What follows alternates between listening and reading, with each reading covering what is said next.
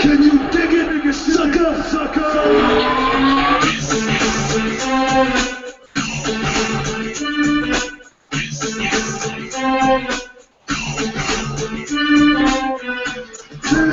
Dig it, suckers!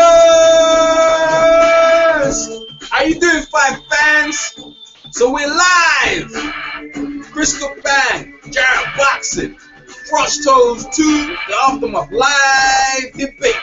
Yeah, we go ahead, man. And we're gonna talk about what happened, post-fight, breakdown, everything, man. Hopefully we got a couple more people coming.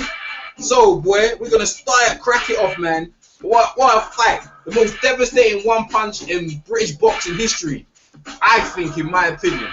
And so let's break it down, man. Chris, what's your take on the fight, man? What's your take on tonight's fight, man?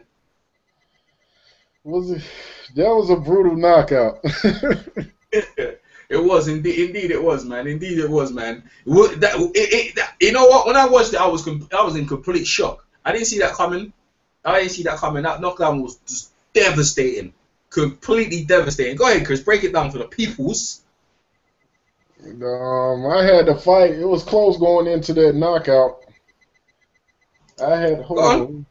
It was a very close fight going into the knockout, actually. But the first round I gave to Froch. I gave Froch the first round because the trash. Second round I gave to Groves, and it was a back and forth fight until the later. You got the until yeah, I got the picture up. Yeah, he took control. Froch took control of it. It looked like the body shot slowed Groves down. Yeah. The body shot slowed Groves down, and he lowered the boom on him. Yeah, he lowered the boom, man. That knockdown, boy. You see George Groves' foot. You see it like, I don't know you guys listening. I know you know about Street Fighter. Back in the day, there was a Street Fighter called a fighter. When you used to knock the fights out, they used to land on the floor. They used to lay a certain way. I don't know if you know about Dar Singh, the Indian one, yeah, the one with the long leaping arms and long legs. George Groves' feet was bent over in the same way. I'm gonna bring that picture up right now, like for you guys to see it, man. The way his foot was laying on the canvas, man. It was something to perceive. I'm telling you, man. I'm telling you. But yeah, go ahead, Chris. Go on, continue telling what you're saying. Go ahead. Yeah, the body shot slowed him down, and early on I saw George Groves gassing out. So I'm gassing up. Yeah, I think Froch did a control fight with the jab and body shots and took him out. Yeah. Spectacular fashion.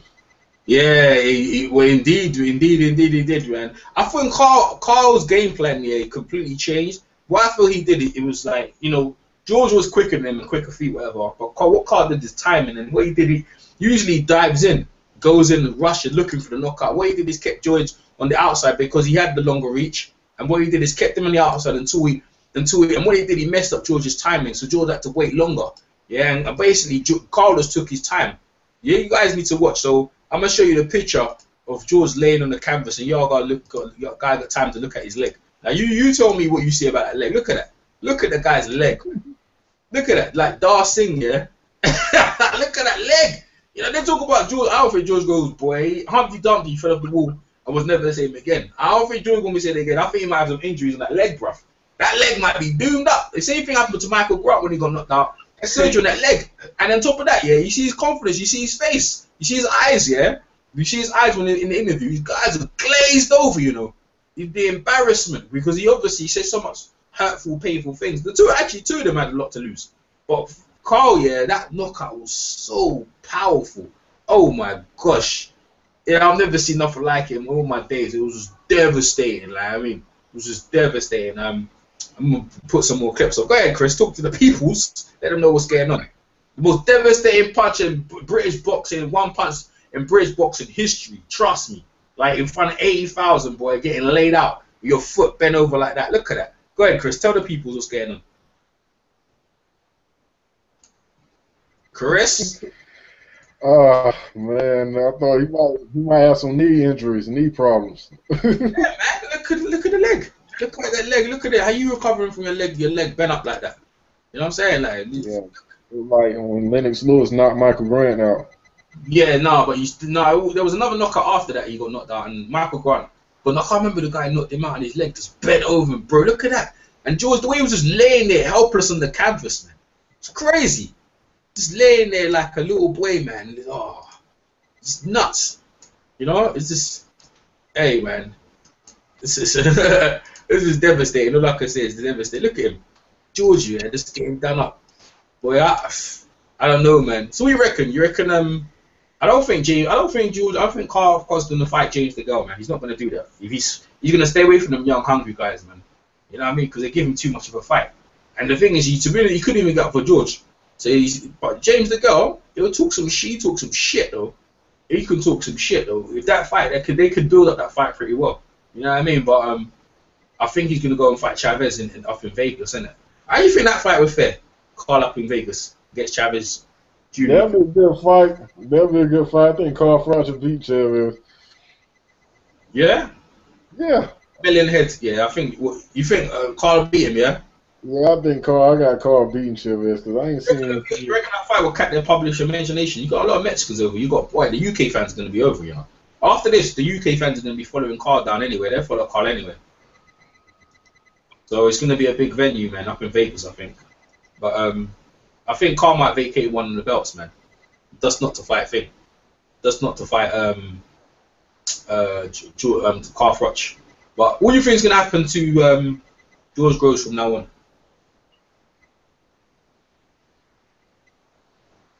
He's done. Think he's done as well, yeah? Yeah, I think he's done. Well, he still said he's going to fight back. So who do you reckon he's on his comeback fight? They're going to have to take their time with him and try and build him back up again, yeah? Yes. He's no need to fight none of them.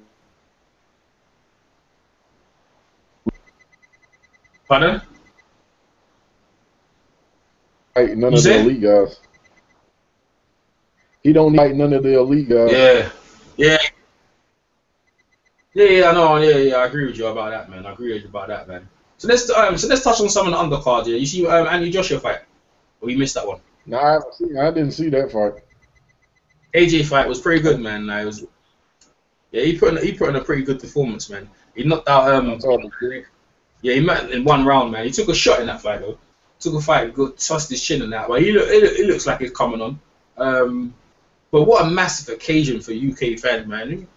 Homer boxing for 80,000, clean boxing, great event, spectacular. Now, I'm hoping obviously other people can come and jump in, but the most spectacular. I'm going to try and show some clips of the knockdown. You know, people on Twitter trending like that knockout was so devastating, man. I'm telling you that. I'm telling you, man, it's just mad. You ever seen a knockout like that before in your life, man? Let me see if I can show you so the people can see what I'm talking about, right? Devastating. Keep focusing, peoples. Benuma just came in. Let me see Benuma so I can watch it. Where's the knockout? See if I can find it out here. Let me see, man. The most devastating knockout in Britain boxing history. Devastating. Wow, man. Chris is just there. Yeah, Chris, we're recording live, people. Chris, you got the air, Chris. What's going on, bro? You ain't saying no topic. We talking about. You said Ben Umar. I thought he was about to jump in. Yeah, I'm just sending him a link now. Yeah. Go ahead, Chris. Talk to the people. Talk about how you feel, man. How you feel about the event and whatever. Well, let's talk about other folks because nah, man. Feel about the event. Huh? The event was pretty good, but you ain't covering other fights. How about the No, this fight was good. No, I'll stick with this, man. This is definitely. Look, man. Look, I'm gonna bring up a thing. There's the image here of Let me try to bring up. There's an image of thing getting cleaned out, and 1 second, man. See if I can find it. Because it's like maybe I can't bring it up. Maybe not let me bring it up. There's still image of thing, man. Like I still can't get over it. Still in shock of the knockout. It's devastating, man. And Carl Froch, man, just cheering nicely. 1 minute, fight fans. Bear with me. Trying to bring some people in. Ben Umar's coming in, so we got Ben Umar's take. Ben's We say in Brooklyn, we got BK's in the house. Hopefully he sort himself out in a sec. Ben Umar, call him Ben Umar. I think he's trying to sort out his mic at the minute. He's here. He'll jump in a sec. Well, he won. Let's talk about where we go from here. Yeah, like, bro, the fight, man. The fight for me lived up to the hype, though. I think the fight definitely lived up to the hype, for real. I think the build up and the thing and that, it definitely built up. I don't think no fight in this year is gonna be bigger than that, man. I don't care. Like, there's a lot of fights this year. I know Floyd's got some fights in that, but that, you know, like some people, some of the occasion don't live up, but that lived up to the occasion, for real. People got their money's worth, man. Ben Umar, you can jump straight in, bro. Jump straight because you're on mute right now. The people want to hear Ben Umar's take. You know, Ben Umar, I'm sure he's got a good take on what happened. So, I think he's got signal. He must got signal problems at the minute. Hopefully, boxing beats might come in, and some other cats might come in. Maybe 78 Fight News and some others. I sent the invitations out, so I ain't going nowhere. I know some people want to talk about it. I'm not gonna stray off topic either. I'm gonna try and stick to the topic because, in my opinion, it's worth it. You know what I mean? This fight was one of the greatest fights brought in British boxing history, and try and give the people what they want, man. Like, what a knockout, bro. Actually, you know what? I think I got a clip. I've got a clip of the thing in it. I'm gonna try and find it. What a knockout, man. What a knockout there. The way his foot was bent over the thing. I think we need to show the people again because it's so devastating. The foot, mate. Carl Froch, man. Carl Froch is a serious guy, like. You know, after I watched that, yeah, like after you watch that, you're kind of looking at Carl, you're thinking he's a bit nuts, you know. Carl's a bit crazy, you know. That was scary. Scary. I was scared for that. I was scared, man. I'm not gonna lie to you. I watched it. I was like, no, scared. Look at that. Look how he's got his foot. Look at his foot. Look at his foot. I like George, and I picked George as well. I actually said, yeah, and I've interviewed loads of people this week. Fight fans, if you're watching, yeah, you see my videos underneath. You see me at the weigh-in. I interviewed Paulie Malignaggi, Bermain de Stavern, Virgil Hunter. I talked to Robin McCracken. I talked to Glenn McCorry. Talked to David Haye, Johnny Nelson, Spencer Fearon. I talked to the fighters as well. I talked to a lot of the fighters as well. Jamie McDonald. He's won today. Just won his WBA belt at bantamweight. I knew he was gonna win actually. Who else I talked to? I talked to who's the guy who fought James DeGale? Gonzalez, right? Yeah, I interviewed him. Yeah, I interviewed him. Anyway, check out the video footage of my other interviews and that. They're quite funny. There's another interview I did. There's another Kugan Cactus has got me over there. It's got a video titled David Hill gets drilled by fans. That's me and my other friend called Slim, who was just terrorizing over there. So check that one out as well, man. So that was pretty good as well, man. But go ahead, Chris. You were saying. Chris Caban, you were saying, my man. I guess he's not saying nothing, innit? Let me hold it. Oh. Yeah, and Chris is going to get me. Yeah, I'm still there, Chris. My signal was damn going in and out. That's why I had to say something. You got signal problems, yeah? It's straight now. Okay. All right, I'm gonna. George Groves is done. I'm gonna show footage of the fight because I think if I do show footage of the fight, I might get in trouble because you know, match. Yeah, don't do that. Yeah, matching might get. I don't know if they are, but I think I'll leave that alone because you know what I mean. There's you never know. Yeah, for real. You never know anyway. You know what I mean. So just the picture of the foot is enough. You know what I mean? Picture of the guy with his foot bent over is enough. Oh my gosh, what a night, man. Hold on 1 second, let me try and find Chris ain't saying nothing, so I have to hold corners myself. I'm trying. No, you ain't. I mean, how many times he got brutally knocked out? He did. Yeah, Chris, you wasn't shot by it or anything.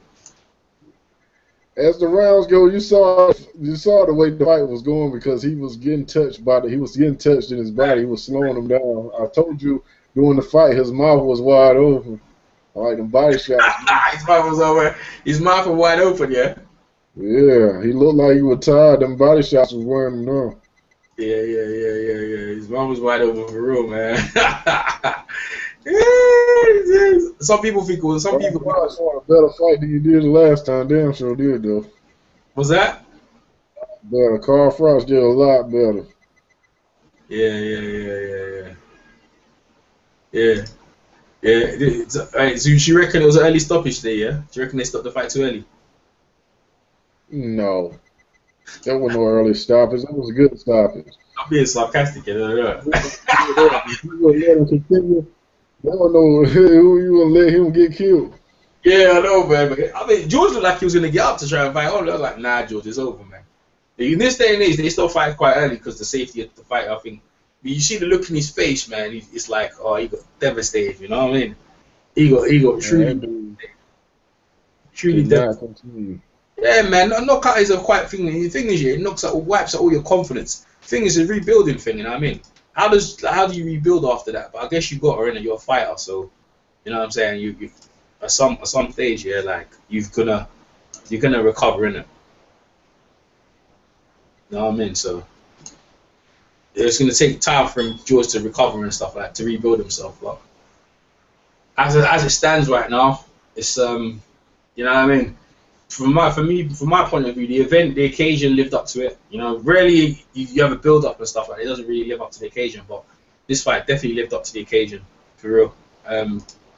In every sense of the word, man. I feel like all the fights on the card were pretty good. They were over pretty quick. And okay, let's talk about subject then, Chris. Go ahead. David Haye has announced that he's coming back.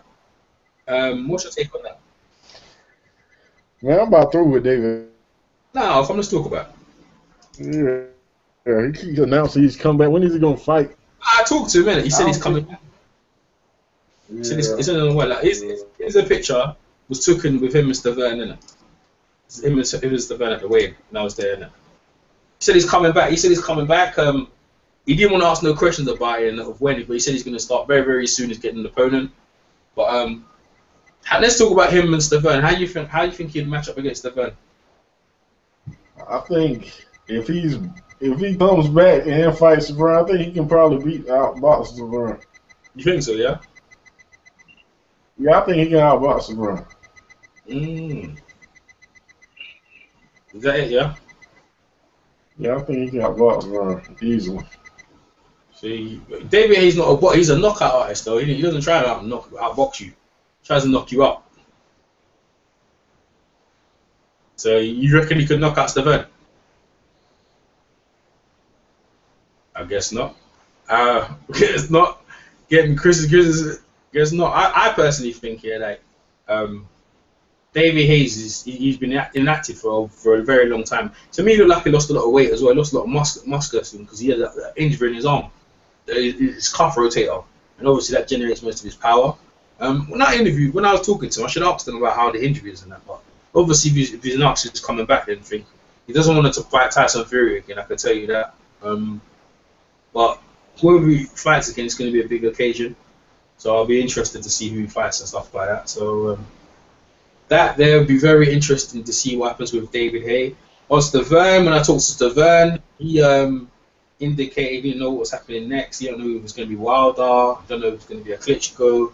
But he's sitting back asking me if his next fight going to be on ESPN. So I don't know enough about that. HBO, Showtime.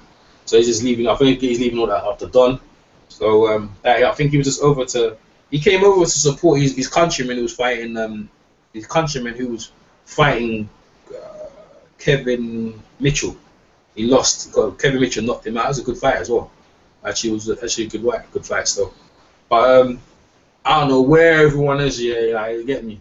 I know you fight fans come over. I appreciate you guys viewing. They got like 8 viewers over here viewing. Appreciate it. Leave your comments, whatever. But, a spectacular night of boxing. Carl Froch devastatingly knocks out. Devastating. Best knockout this year. Yeah. You said that was fight of the year. Not fight of the year. I think so. Nah, it ain't fight of the year. Who's better than that? Man, it's better than that. That was the best fight. That was better than that. Man, Cunningham fight was better than that. Which one? The Mir Mansour and Cunningham fight was better than that. no. It's better than that. You look at the occasion. It's Because it wasn't no give and take like that. There ain't gonna be no fight of the year. a unification, bro. Lucas Matisse and No. John Molina fight was better than that. No. It's not. No. You can't. Yes, Listen. The way the other fight got stopped. The fight of the year means two people fighting. That was like this fight is a candidate for fight of the year. I'm telling you, it goes right now. This fight is probably at the top of the fight of the year. I'm telling you, bro. I bet you he won't win. I bet you they won't win fight. Well, I don't think any fight was more exciting. That fight was friggin' people. No, come on.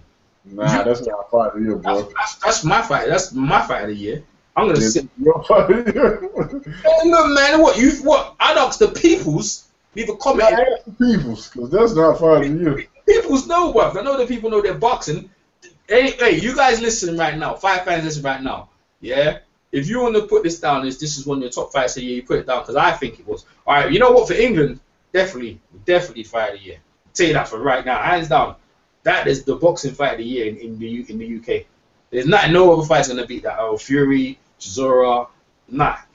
That one there is fucking nice, bro. That there is because look, man, this stuff. You know how much people are online. You know why I say that? Look at the build up over the week, Chris. Like, so most people don't even know the guys you just mentioned. You see, I know them fights are better, like more action packed, but people don't even know. But people know who George Groves and Carl Froch are, and it was 2 world belts on the line, Chris. Come on, are you serious? Yes, I'm very serious. I'm really serious, guy. You talking jive? I'm gonna finish with 5, man. We'll see. Yeah. Come on, man. Like, let's come back to this when they announce fight of the year. Remember that. Yeah. Oh yeah. Down. Oh yeah. Thingy, I'm trying to bring in Thingy. I'm gonna bring in Charlie Brown, innit? Oh, you talking about? Yeah.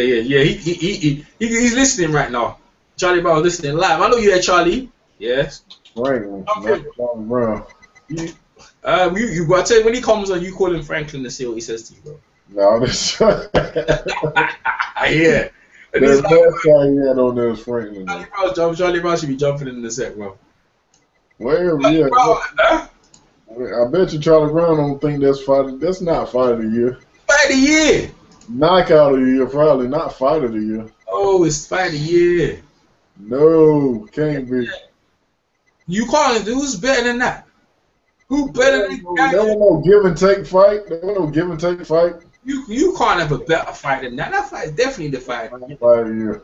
Oh my man, you crazy? Nah. You crazy, man. That's fight of the year, man. Lucas Matisse and John Molina had more action and knockdowns than that fight did. There ain't no one about that, man. Was Stanek, Cunningham. Let's ask Charlie Brown. Charlie Brown, give us your take on tonight's fight, bro. Go ahead. Which fight? The one or the other one, or the Groves one? The Groves and Froch. Talk about it, bro. Break it. Oh, it's a chess match, like I predicted, man. Chess match. They were both, cagey in the first 3 rounds. They were a bit cagey. That's how the first fight should have gone, really. That's how I think about it. Anyway, the 4th round I had to George Groves just slightly though, because he did a little bit at the end, and then I think Carl Froch won the rounds 5 and 6, but only just though, because he was flurrying in the last 30 seconds. And then going into that round 7, Froch got caught with a left hook, from what I can remember, what I recall. And he looked a bit like pensive, a bit tense in there. But that overhand right, I did not see that coming. And I know George Groves did not see that coming either. No. He did not see that overhand right. I was shocked. I think I just took my eye off the screen for a second. Yeah. It was like an explosion, innit? Yeah. That's what I'm trying to tell Chris. Yeah, the most devastating one punch in British boxing history. I've never seen nothing like it. Have you ever seen that? Not in Britain. But no. I mean, I see Lennox. The Hassim Rahman one was kind of. Yeah, but on UK, you saw you talk about Lennox Lewis when he knocked out knocked down what's his name again? Razor. I think it was a better knockdown than that. What's the dude Chris Eubank came back and knocked out? What's the dude that fought Mike McCallum? What was his name? Jerry McLennan or Jerry McLennan. You talk about Nigel McCallum. You said Chris Eubank. Chris, you better not. They fought a dude that Mike McCallum fight. What was that dude's name? Oh man, this is better than that. No, see, you don't remember that. No, it's not. Because that was boy. That's not the. No, it's not. Look at the occasion. No, but Chris, you're talking about an occasion of a build. Yeah. A whole week, Chris. 80,000, right, in an arena, right? You see these sort of things in the living memory for many people, right? That's right. Yeah. And the thing is, Carl, you didn't know. No one got George getting flattened like that. Carl, Yeah, I know. out, getting him out like look, bro. Let me show you the leg there, because I got a picture of the leg that's dangled up there. I was surprised his leg, he didn't break his knee. It's like Street Fighter, innit? Dancing, innit? That was disgusting, man. It really was disgusting. The good thing I say though, is that Look at that. is that his I mean, them kind of injuries there. I've seen people get injured like that, and their career ended. You know, Michael Grant had an injury like that as well. Hey, I mentioned that. Yeah. Michael Grant had one, and that just destroyed his whole career.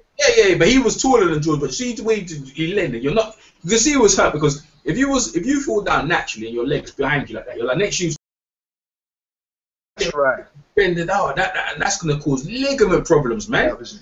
But he played the wrong trick, man. I mean, he tried. First of all, he shouldn't have been on the ropes anyway. You know what I mean? I think when he tries to do. You could tell that he watches a lot of tapes of Mayweather. Groves. Yeah, Groves. He was talking about Carl technically wasn't sound. He goes, I wouldn't teach them the gym to do that. But look at him. Yeah. He had his hands down, where Carl's landed at right. Carl knocked him out with the same punch he knocked him out. Do you know that? That's right, yeah. It was exactly the same timed right hand, yeah. The same combination. George had his hand down. Yeah. I think George kind of underestimated Carl. He must have thought Carl was an idiot, bro. Carl, yeah, he did. He definitely did. And that's, you see his glazed looking in George's eye. Eye. See, look at Carl looking down at him with disgust. I'm telling you, if it was MMA, Carl would have landed on the canvas there. You know that. A madness. The whole thing was a madness. It was like a sort of expensive sparring session, man. Or just, no. Let me not say that. No. All right, let me not say that. Then it was a chess match, man. For a little while. Yeah. The body shots took a lot out of Groves, I thought. Yeah. The way Carl has strategy was beautiful, man. He basically. It was. Carl loves to jump in. He loves it, getting the tear up, yeah. Yeah. So he was very patient. He kept the jab and he used his reach. George, but he used his timing. So he's waiting for George to come in, and George never comes in. So George was like, "I'm waiting for you. You ain't gonna come in. I'm not gonna come in." Carl's like, "All right, fine." So what Carl did, Carl messed up his you know, in boxing they talk about your routine or your flow. So basically, Carl's got a rhythm. No, rhythm. That's the word, rhythm. He messed up his rhythm, so George could time his rhythm in the first fight. That's right. This, and he jumps in. But this is to do with Adam Booth, you see. Adam Booth, because Carl does that, and then he jumps in. But what Carl did, he messed up his timing. He messed up George's timing of when he come in. So George never knew what it. That's why he got him like that. And that was his game plan. I think that was his game plan. He meant to do that. Yeah. He went out to frustrate you. Because he's like a fucking champion. It wasn't him. It was Rob McCracken, I think, put that in there. Yeah. Yeah, definitely. But it's like I said before, whenever he listens to McCracken, he wins. You know what I mean? It's when he goes against him that he just seems to, the red mist comes and then he gets beaten up like he did against Kessler. Yeah. The first time. Yeah. I think he's you know, he's hard to beat that way, isn't it? Like Carl, but that's an exciting fighter. But he had to listen to things. There's no doubt he had to listen. If he didn't listen, he was gonna get tuned up out there, man. Yeah, he was. You think Anthony Joshua? Right, he got hit in that fight, man. In the first fight, you saw it, right? Which fight? Anthony Joshua fight. No, I didn't watch. Do you know what? As I come in, I literally come in from outside. Yeah. On the stream, and it was that fight. I didn't even see the DeGale fight. I've got the DeGale fight somewhere on my laptop. I'm gonna watch the rest of that later. But I didn't see Anthony Joshua. How did he look? Yeah, he looked good, innit? He looked good. He knocked the guy out, but it's the first time he got chinned, innit? He got hit, like leg really landed on him, landed two big kicks. It looked like he caught the punch, but the only thing because of I'm glad they got rid of the amateur head guard because it messes up like Amir Khan. That's and right. people like them, Yeah. because what happens is it doesn't teach them to. They don't need to bring their chin down. You don't have to worry about your chin, And right? plus as well, you got to remember, people always forget this about Amir Khan, right? He won his, he won his silver medal fighting 4 2-minute rounds.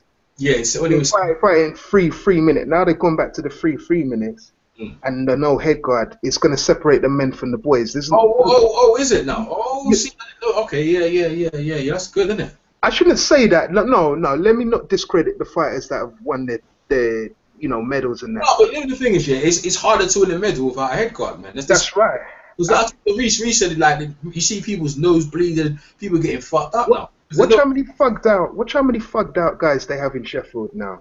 Yeah. You see, like they've always had these clean face type of athletes now. Watch how many black brothers and Asian brothers is up in that squad now. Now that the head guards are gone, I'm telling you, man.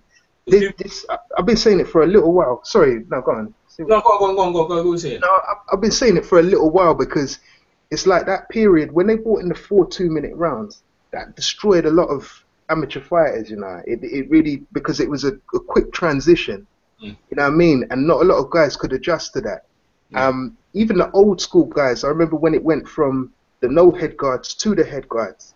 Yeah. There was a lot of guys whose career ended. You know what I mean? It was the transition wasn't good enough, and what a lot of guys were doing was just flurrying for like a minute and running. You see how Amir Khan fights now?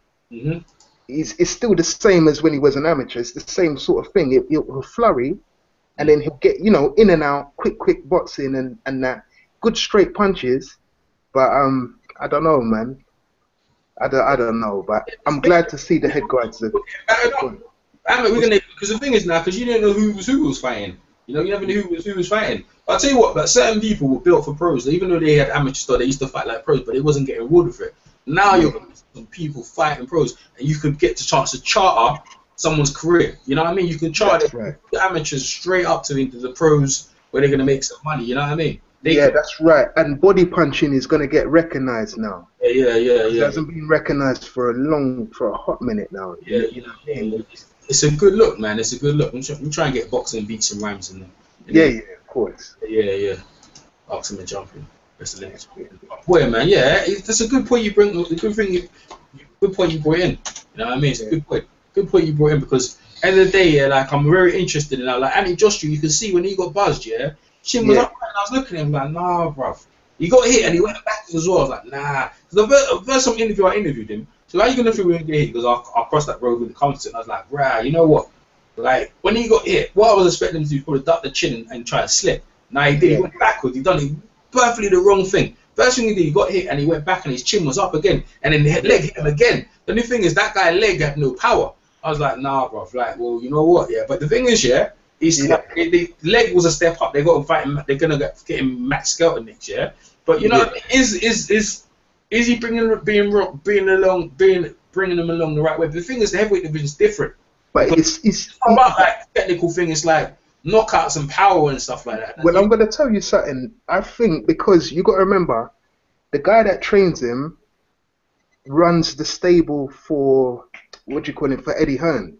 Yeah. Yeah, that Tony Sims guy. No, he's got him on lock in it, yeah. Yeah, he's kind of got all his fighters on lock. So Eddie Hearn has got him on lock, and then obviously... Right, he's got Kevin Mitchell, he's got... Darren Barker. Well, he had Darren Barker before. Had Darren Barker, guys, ain't it? Yeah. So you could tell that them man, that what they're doing there. But I think Joshua, if he goes again, I say this, and I'm not going to make a racial issue with it. But I think certain man should have a black trainer. That's how I feel about it.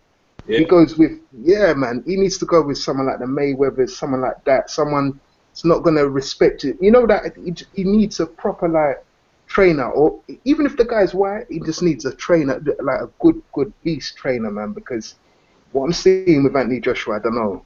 I'm not too impressed. I hope he doesn't turn out like David Price did. You know what I mean? Yeah. All right, cool. We got all right, great, good points. We got boxing beats around. We got Ben Umar flashback in. What you saying, Beats? Yo, what's up, bro?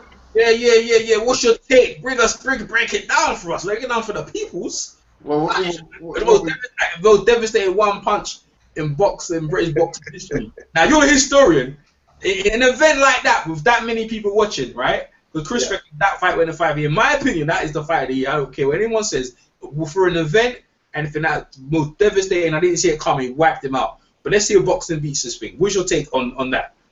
Well, you see, I mean, you have to like for the occasion, like 80,000 people there. See, people don't really look on the facts of fighting in front of all them people. I think that affected guys like, I mean, if you notice, none of the imports won a fight on the bill. No, that's true. You know, what? I bet money. I bet money. I like them. You know, I lost a lot of money. You know, today. You know, the Kevin Mitchell one. I was fucking avert. I was fucking pissed, bro. What did he lose? Yeah, he got beat up, bro. He got knocked out by Kevin Mitchell. He was winning the fight, right? He was winning the fight, and he's gassed out. Because Stavern, that's one of Stavern's countrymen. That's Stavern came to him to back that guy up. Because everyone's thinking the thing. No, he came there to back Haye. Anyway, go on, Beats. Go ahead. Yeah, so like, you know, it's all about holding it together and like getting the W. And to win like that, you know, with 80,000 people, the whole world watching, you know, like he might not be better than Andre Ward, but he's going in the Hall of Fame. He's going in the Hall of Fame, man. He's going in the Hall of Fame because he's had classic fights. It's about classic fights, fighting top of position, coming back from losses and stuff, and he's done that. Yeah. And he's overtook Calzaghe. Like Calzaghe might be unbeaten. See, that's what I was like. You see, with Floyd, being unbeaten will make him unique, but it's not gonna last him out in record books when they talk about him with reverence. You know, because at the moment he's 46 wins undefeated, and he's fought good opponents. And like because he's done it so easy. It's not that forget all the cherry picking shit. That's all bullshit. Right? But he's done what he's done, and he's accomplished it with relative ease. So the only thing for him really is to take on light middleweights and middleweights now. Whether he loses or not, you know what I mean? That's the only way he can, like, you know? True. Because how much times can we say it's great if he's doing the same thing, just fighting welterweights? So and the opponents he's making, like Groves, is wipe Groves out, wipe him out. Like I don't think he's ever going to be the same again. No, he won't. He won't. He's broken up, man. That knockout. Let's talk about the foot. Let's talk about the foot like Dar Singh, man. The foot broke up. See the foot turn over, man. Yeah. That ligament injury, that's a ligament injury. I'm telling you. You know why I say that? Because when he got up, in the corner, you see him try to walk and he stumbled. Yeah. That's why his leg's fucked. That's the ligament injury right there. Is in his knee, bruv. And he's about speed. When his leg bent over, his ligament stretched in that knee. His knee's probably getting sawed up now. I bet it's on ice. I bet you. Bet you it's on ice. And that's not the first time he's had a knee injury either. No. That's one of the most devastating knockout. Like my friend was laughing when he see his foot come off the canvas. I'm telling you, that's the most devastating. Beast, you know, I was watching it, and it was a technical fight. Alright, and whoever you had up, and all of a sudden it was a big explosion. And the thing is, me and Charlie Down just named it. The knockout was exactly the same what George did to Carl Froch. The only thing is Carl Froch got up and fought on. George got wiped out. You know, I know he was gonna get up and try and fight on, but he was just gonna get eaten, bro. You know what I mean? Yeah, it was. So what we're saying is that first fight carried on, Carl would have fucking finished them off. Then is that what we're saying now? Well, we'll never know now. We'll never know, for real. You think, Charlie? You think so, yeah? Yeah. Looking at that, I mean, it answers the question. I mean, he did gas out. Now that I can see that his endurance is not that good, maybe he had nervous energy or whatever. He burnt it out in the first fight. I'm talking. It was all them rounds ahead, and but he got a bit foolish on the ropes as well. I don't think George Groves should go and do the rope-a-dope, try and do what Mayweather does. And he's got the reflexes to get away, but I just think, I don't know how Froch was able to work him out. And like I said, I took my eyes off the screen for a split second, and that overhand right come in there, boy. So I don't know how Groves felt about that, boy. Yeah, he was talking about Carl was technically not sound. Yeah. You can see it, when he knockout come, he had his hands down like Roy Jones, like. Yeah. And he come right over the top of it, bro. And finish them off. Beats, go on, break it down, Beats. Before any more Beats, go on. Yeah, like, you know. Go on. I didn't see Josh. I haven't seen the Josh. No one saw the Joshua fight, bro. No one saw it. No. Go on. They keep talking about his trainer, Tony Sims. A lot of people, like Hatman, says that he needs to get rid of Tony Sims. I agree. Yeah. What's your take, I Pete? agree. I don't think so. Yeah. He needs a black man trainer, man. You know what I think? You know what I think? I think it's nothing to do with the trainer. I think it's to do with sparring. Yeah, I think it's to do with sparring. I think if you got other guys like Beach was saying back in the days in the 90s and the 80s, they're better heavyweights. So if you're getting better sparring, then you realise maybe you need to change technique, because in sparring, in sparring, correct me if I'm wrong, he's wearing headgear, all right? So now he's still amateur affiliated in that style, so you're not working your chin, because you guys didn't see it. When you see the video, basically he got leg came up straight away in the fight and landed 2 big left hooks on him, right? The first left hook he landed him, he caught him, Andy Joshua went back, and when he went back, the worst thing in cardinal sin in boxing is to go back first and foremost when you get hit. Second thing to do is hold his chin up. He held his chin up, and he got hit again. The only thing is leg didn't have that much power. Andy, broke him down and knocked him out in the first round. But what I was worried about is when you get hit, how do you conduct yourself? You know how Hopkins is when you get hit, that's the time when you're supposed to keep your chin down and do a little move with clinch or something like that. But he didn't. He reacted, in my eyes, the wrong way. If you got a really devastating puncher, they're going to do it like in that way. But that's the only knock I had on him. But I did say to him the first time I interviewed him, I said, how do you feel you get punched? He goes, I'll come to that bridge when I cross it. So, you know what I mean? But he came through and knocked the guy out in the first round. And I guarantee both of you need to watch that. And like, see how he's come along. But I think it's to do with sparring. I got that to really, this is the trainer. I mean, if the trainer hasn't got sparring partners, I mean, who's in that camp? Who's a heavyweight in that camp for him to spar against? So then, why doesn't he? All right, and I agree. To a certain extent, I agree with that as well. I think it might be that. But then, why doesn't he go? Like I said, then he definitely needs to go to the States or somewhere, or Europe somewhere, and fight the big guys that are out there, man. For some reason, the obvious thing is to go American. They never do it for some reason. Yeah. No, but you know the thing is, the question is, Andy Joshua, right? It's fun thing. They call him, said he's a part of the British Empire. That's the ring announcer. That was a fucking beautiful one. Part of the British.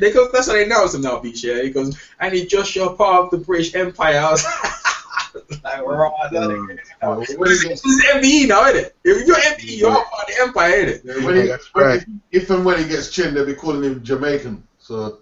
Yeah. But that they call him the Empire. But the thing is, for my taking of him, is that he's saying he understands there's a lot of pressure on him because he's still living up to the I'm an Olympic gold medalist. I'm undefeated.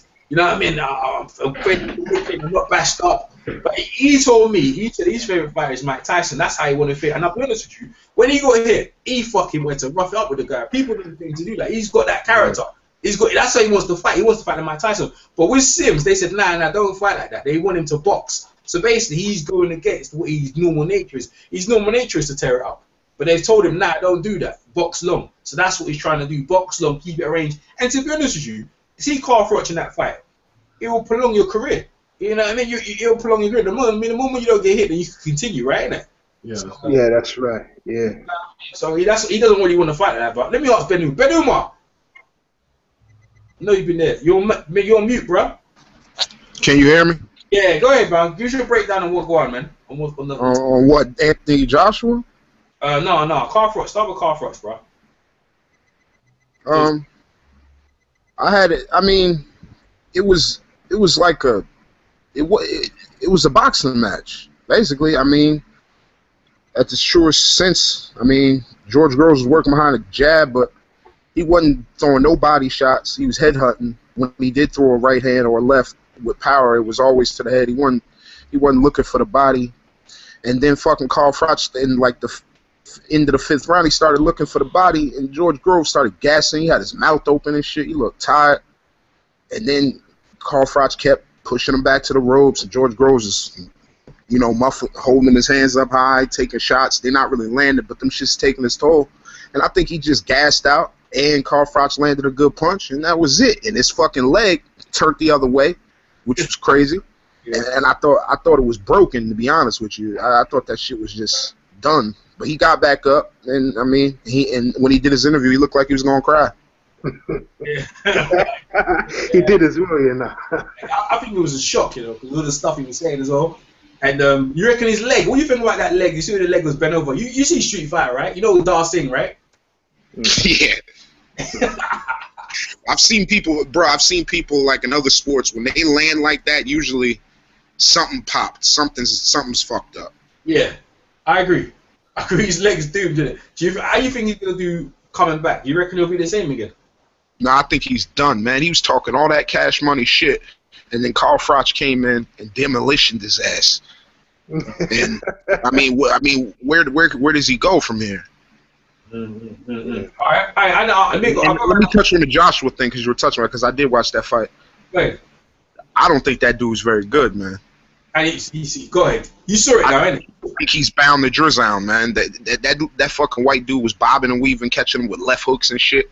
I know he knocked him out in the first round, but he was getting touched way too much by a guy that has like 7 fights and like 5 losses. I don't know, bro. I don't know. He better, like Charlie Brown said, he better fucking find a different trainer, or fight more often and learn more and get more active because he hadn't fought in a while. So maybe it was just ring rust. I don't know, but he didn't look too good to me. You see when he got hit, right? He went the way he reacted when he got hit, right? He had his chin up, innit? And going backwards, right? Yeah, he had it way up. He backed straight out, got rocked, came back and knocked him out with an uppercut. I mean, he did the job. Don't get me wrong, but you're not supposed to be getting touched up by guys at this level. You're really not. But that guy fought James Tony in the prize fight. This is the thing. That's the first time he's been touched in all these fights. In every single fight he's had, that is the very first time he's been hit. So that shows the level. The opponent was correct, so he was going to get touched in that fight. But the way he reacted is concerned me. But the way he came back and stopped him, the bottom line, he stopped the guy in the first round. It's the heavyweight division. And I mean, they're talking about him fighting Matt Skelton next, so that's a step up, I guess, or maybe a lateral move. That's got to be a step up. Skelton's for a few people. So maybe we'll learn something from that fight. Yeah, headbutt him up, you know what I mean? That is ridiculous. Skelton? He's been out for the Bedford Bear. Me and Beats like him, though. We like the Bedford Bear because he comes to rough you up, you know what I mean? Yeah, no, he comes for a scrap, but it's just ridiculous. Like, who hasn't fought him?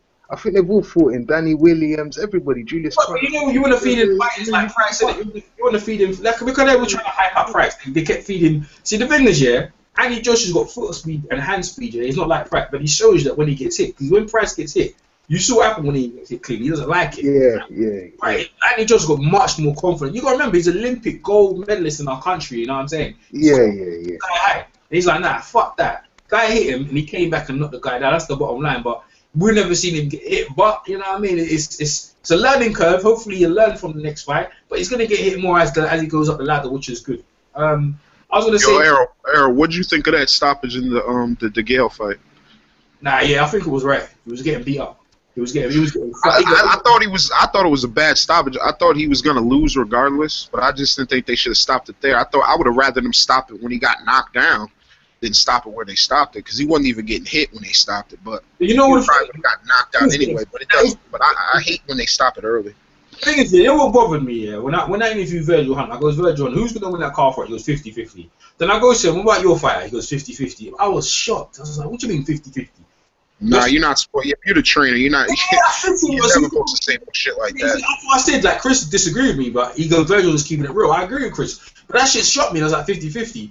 So in the fight when he was getting chewed up. If you want a man to continue his career, you want to stop that fight. You see what I'm saying? You already agreed that he was going to lose, right? So yeah, but what like he's saying 50-50, right, to you. Say his fighter the night before the fight sees that interview. He's like, this motherfucker don't even think I'm going to win. He interviewed me. Yeah, I interviewed his fighter. I interviewed his fighter after. And his fight was like, I bet money on Brandon. I thought he was going to upset James DeGale. Like, I know everyone's thinking I'm crazy, but I was like, he seemed to be very confident. But James fucking was on it. James is starving. I heard Beats' breakdown. James was starving. But Beats, go ahead, break it down. Go ahead, Beats.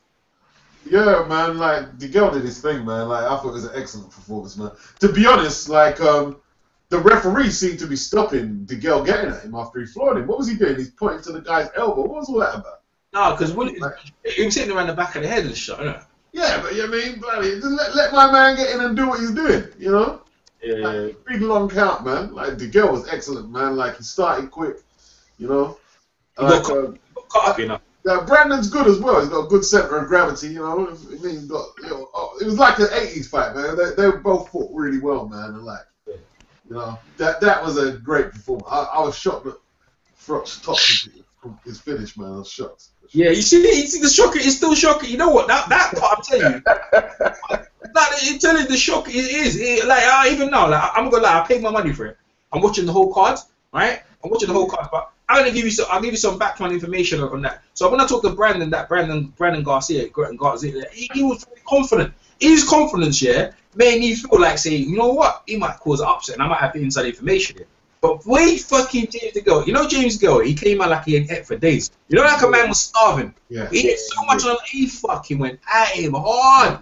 He basically he shocked him. He shocked him. He shocked him. And Brandon said, like, when he stuck in my mind, and I was like, what do you mean 50-50?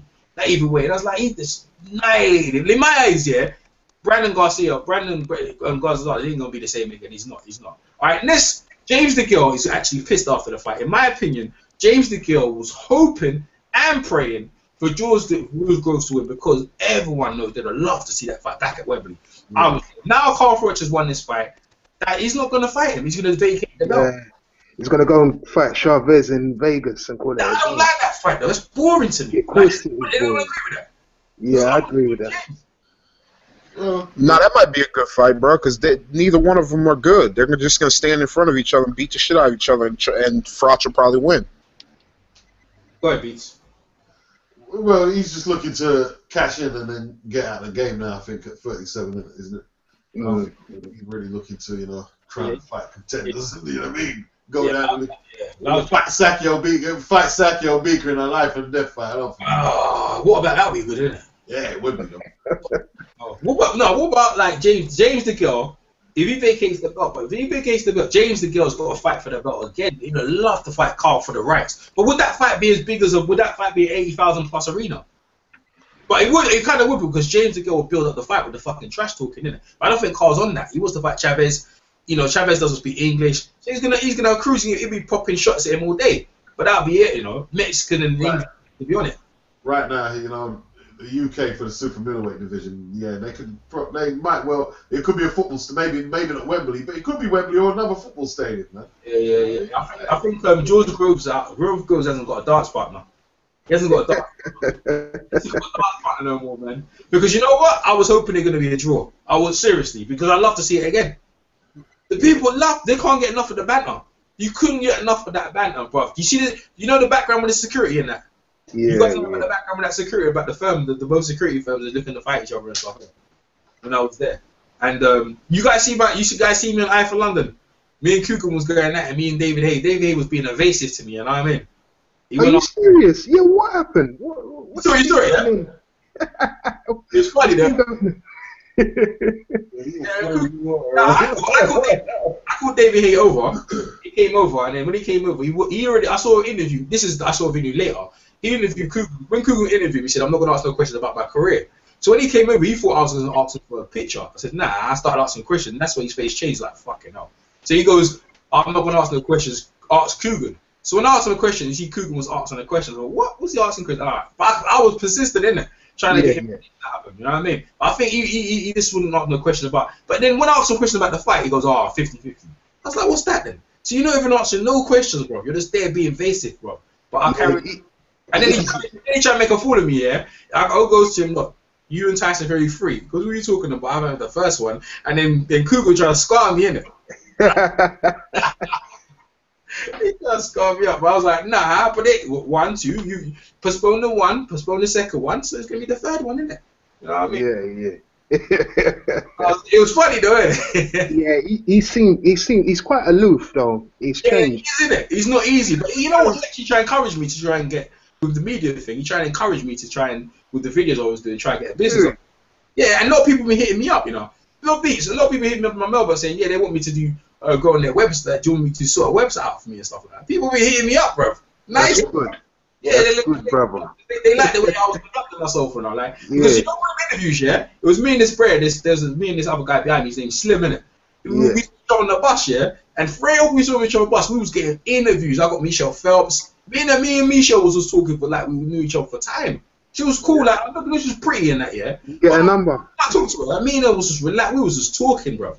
Like she's cool. Like if she was here right now, she'll just be breaking down fights like a dude, man. It's kind of strange though because she's pretty. You wouldn't think she knows. She knows a fair bit about boxing for real, Yeah. Okay. Yeah, that's good. That's good. I was surprised, but I knew you'd see with Haye. I knew you'd see the aloof kind of behavior. He's like that. He's a little bit like that. Yeah. That picture that of me and him, that's from way back. Before he won, that's before he beat Valuev. But then after that, I never see him again. You know, me and Beats were jealous. So when we were with people, we already trying to get them. You know, me and Beats, we used to penetrating people, getting them. You know what I mean? Trying to suck information out. So I was on it. Like every time I was near him, I was just trying to get something out of him. But you really, when the guy sets his mind to not really answer the questions, nothing really he can do. And you know what I'm saying? But I think next for James DeGale, I think Carl might vacate that belt. But he's got a cut. He's got a serious cut underneath his eyebrow. That's gonna take some while for that to heal. And it's a shame for him because he's not gonna get the big fanfare. Now he's gonna be pushed aside, isn't it? He's gonna be. You need a dance partner. That's what makes you great. You need a dance partner. And the only dance partner for James DeGale is George Groves. Yeah. It is, isn't it? But I think I mean, we'd all like to see it, but I don't think I can't see Groves winning that fight, the return match with DeGale. After what Carl did to him? Yeah, and what DeGale did to Gonzalez today. Because Gonzalez was unbeaten, and he took that South African guy the distance, didn't he? Yeah. Which was a draw that Thomas, I can't pronounce his surname, but he took that guy the distance. So I'm thinking DeGale, he might be, and DeGale's in his prime now, or coming close to it. Nah, what you take, Beats? Groves has got to go and rebuild now. What do you reckon on what Charlie Brown said about him against them again at number 2? Who? Groves. Yeah, you reckon go knock him? Not Groves has got to get his confidence back. He can't go back into the fight straight away. You reckon if they fought like fairly often, you reckon the girl probably flatten him, innit? The way the girl just fought in that last one. You can't really. It's hard to say that because the girl doesn't really throw wide shots like Froch. No, he doesn't. But you see what on that performance. Yeah, but on that performance when he set his mind to come flatten you, you know what I mean? Because you're talking about George Groves never been knocked out. He got knocked out on his back, sparked. And he's been flawed. Go on. Been flawed. He's been like no, but not that. Kenny Anderson nearly got him out. Yeah, but that was a flash knockdown. He went down. No, it wasn't a flash knockdown. It weren't. He went down, but he got straight up. That's a flash knockdown. This knockdown, he stayed on the canvas, never got up. Flash knockdown, you touch the canvas, you get straight back up. You know what I mean? No, he was hurt pretty bad, man. No, I agree he was hurt, but that's why it's a knockdown. I agree he was hurt, but this one he laid out. So it's like, I'll be honest with you, look, when I used to go to the gym, and I was in the gym and I was fighting with some brer, right? I've never been flattened or knocked down, but I've knocked out people. And I tell you, they're not the same again. Like, mentally, your brain's not the same again. And you have to deal with that. Like, you have to deal with being knocked out. And in your mind, the back of your mind, that can happen again. If you're not, like, mentally, boxers 80% mental. So what happens against James DeGale? Because all James DeGale has to say in the press goes, I'm going to knock you out like Carl Froch. Yeah, that's right. and that will sink in. Yeah, it's all sink in, man. Hey, see where you went out. I've got some more of that coming. I've got some seconds for you, mate. I mean, to tell you the truth, in sparring, I've never been knocked out or knocked down. Yeah. But neither have I knocked anybody down. I'll be honest as well, because I just go in there to kind of brush up on my defense, and I don't. When I go and spar, I don't go in there to have wars. But I've seen it happen before, man. It's a bit spiteful when you see it in thing, but you're right about the thing that it stays in fighters' heads. I know that people, they're not the same again. They come in. I know bare cab drivers that were the next best thing in their time. You know what I mean? Yeah, they're not the same again. It's not the same. Like he goes through your mind, innit? Like, and the way he went out was devastating. And the leg, and we're talking about the leg injury, but so that's what's gonna happen for James DeGale. Talking about who else is on the card. So Jamie McDonald. So let me give you a little background on Jamie McDonald, right? So me and that guy Slim, innit? So we saw Jamie McDonald walking in. You know he's the WBA bantamweight champion now, innit? He just beat the belt against that Thailand guy. So we saw him coming here, and I think he has to make weight. He looked like he was gonna. My brethren asked for a picture, right? He took a picture. He looked like he was gonna spark the two of us out, you know. He looked mean. No, mean, bro. Bitch, I swear, he scared me. You know that. You know like a wolf. Yeah. You know like James DeGale. No, Jamie McDonald. That little guy. He's not even little, you know. He's quite tall for the weight, you know. Okay. Right? You see the fight. You see him fight earlier on against the Thailand guy. Oh yeah. All right. See him, yeah. He's fucking nuts. He looked like a wolf with me. He looked like me and the other bro asking questions. Because you know, first thing, we tried to ask for a picture, and the trainer said, no, leave him alone, leave him alone. He goes, no, all right, I'll take a picture. When I took the picture, the man was looking at me like he wanted to kill somebody, right? So later on, me and that guy Slim, another guy, yeah, called Rocky, we went into the hotel. We wasn't supposed to pay security, but because I talked to a female security earlier on, we walked past there and we just walked into the hotel. And when we walked in the foyer, that's where I got the interviews, right? We were sitting down in the foyer. So now, yeah, he comes into the foyer, yeah, in the interview, and he's fucking like, sorry about earlier on, I never ate no food.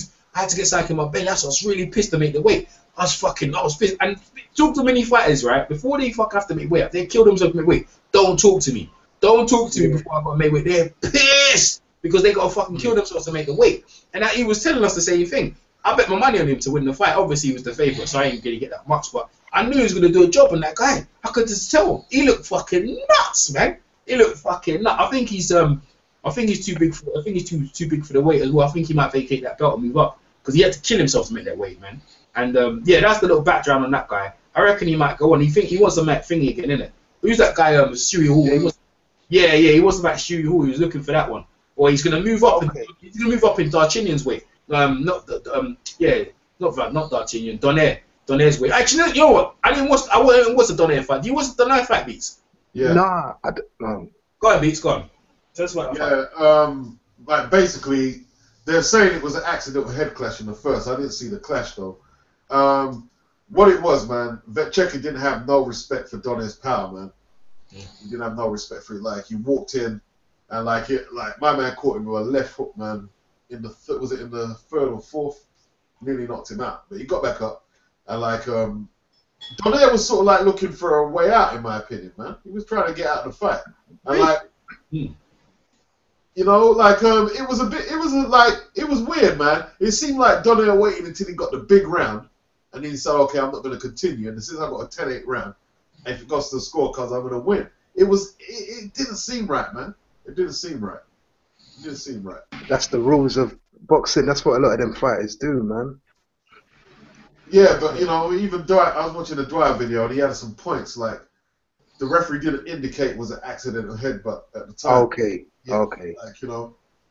Yeah, they're meant to indicate. Yeah, they probably set it up, you know, because he's got to build up his confidence as well after the Rigo fight.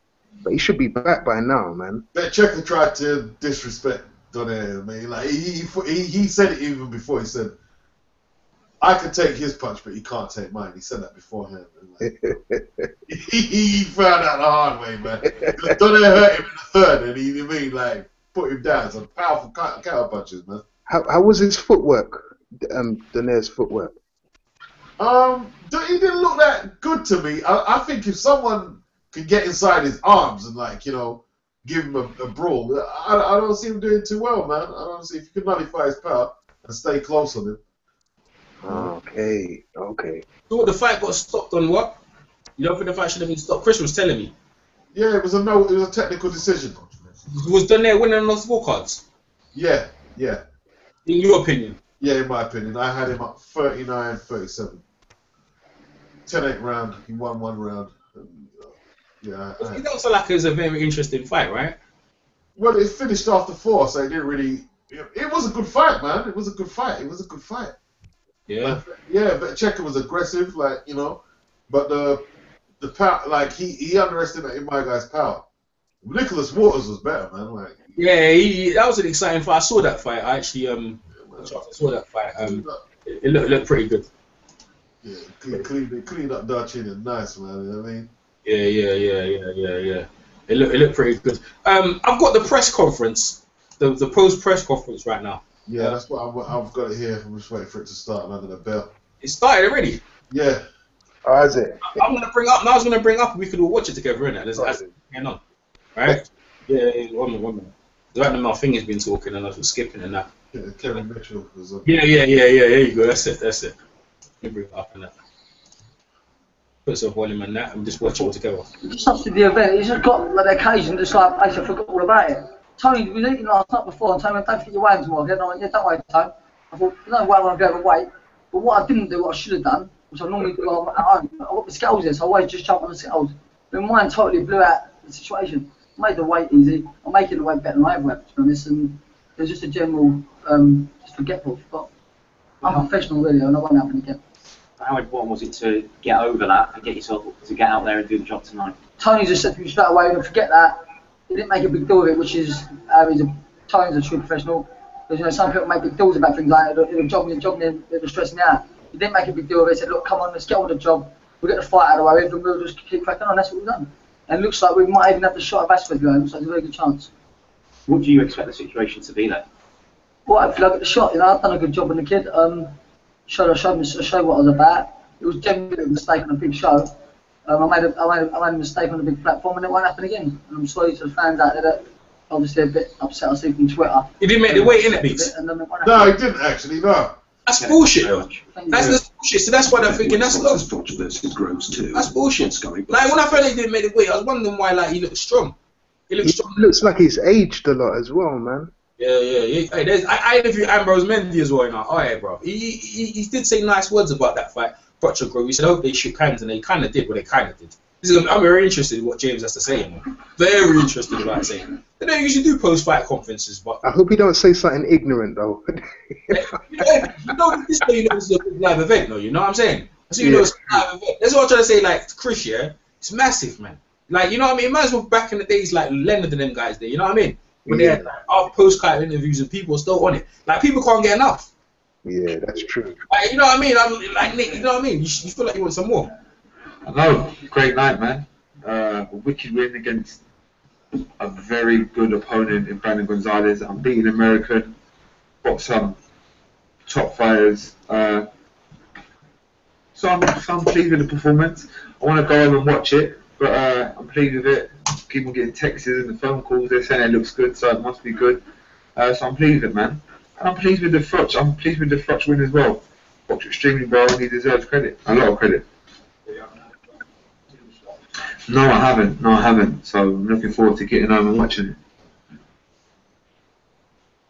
James, do you think you would handle Carl better than Yeah, I do. I've always said I'm all wrong for Carl Froch. I've always said that. Styles make fights, and I'm all wrong for him, but it's his time tonight, so I'm going to let him enjoy it. You've got to give the man credit. I've got huge respect for him. Huge respect. But when we fight, I'm very, very confident of beating him.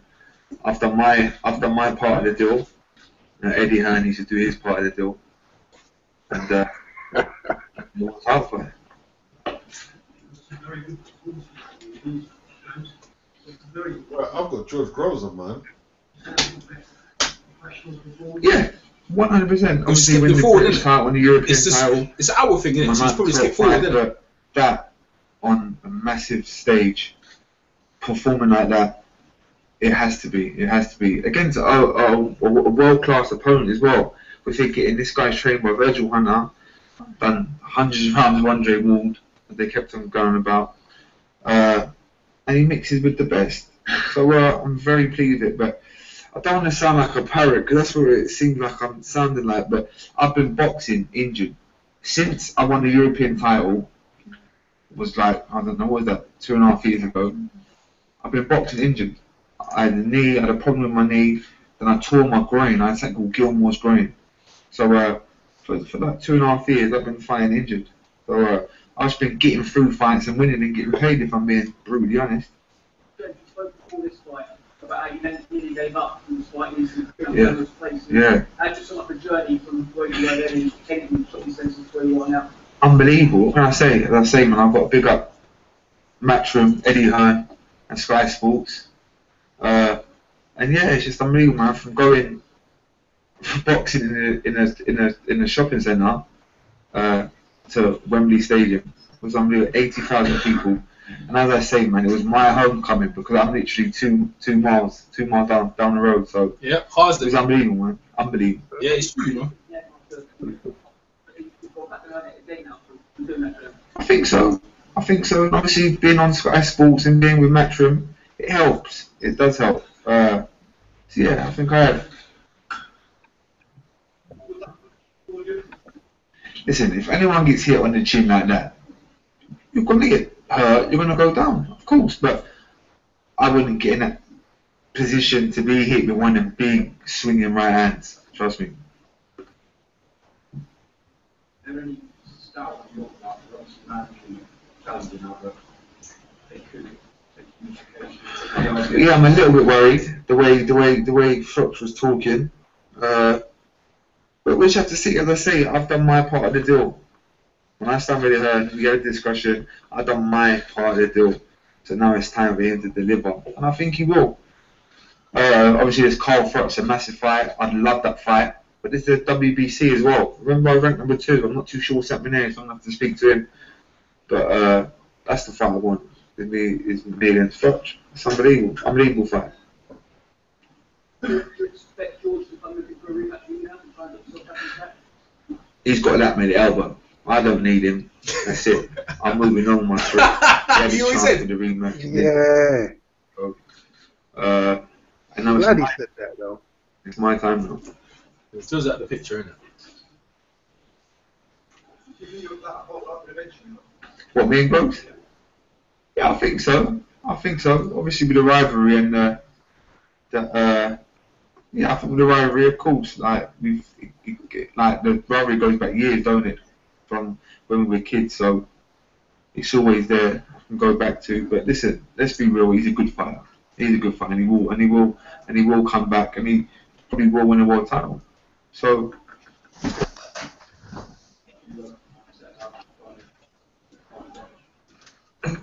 James is basically what I call precocious talent, the jigsaw put together. Same with James, like that, getting on top of it. In Dorset, just from a training perspective, what he did earlier, boxing all about styles. You know, we won't give the game plan away because obviously, but if you see what James is capable of doing, people rate him on offensive ability. You know, he's got an amazing talent. And what he said there against Carl Ware, just giving the simple, because of James' hand speed, where Carl carries his hands, James is faster, Groves is fast, but James is faster than Groves. And anyone carries around him, wherever he took him, his hand speed is amazing, and he's got such a fast right jab that literally, you know, he could dominate fights just on the jab. And with Carl, when he ain't got his hand up, it'd be right for him. And the thing I want to make a point of as well is people don't realise James can punch. People think he can't punch. It's gone around. But as he said to you earlier about boxing injured, I've seen what he's done to good fighters in the gym with big gloves on. And the other thing with James as well is he ain't like some fighters who could just do it for 5 or 6 rounds. He spars 15 rounds. He's there for the full journey. So they can't bring him into the later rounds like they was trying tonight, I think, with George. He's a full article. He's the raw ticket. And he's right where he needs to be. And I bet I'd be very, very confident. Very confident. Yeah, listen, Virgil weren't taking punches. That boy was hurt, mate. That boy was hurt. And the guy didn't complain. The guy didn't complain one bit.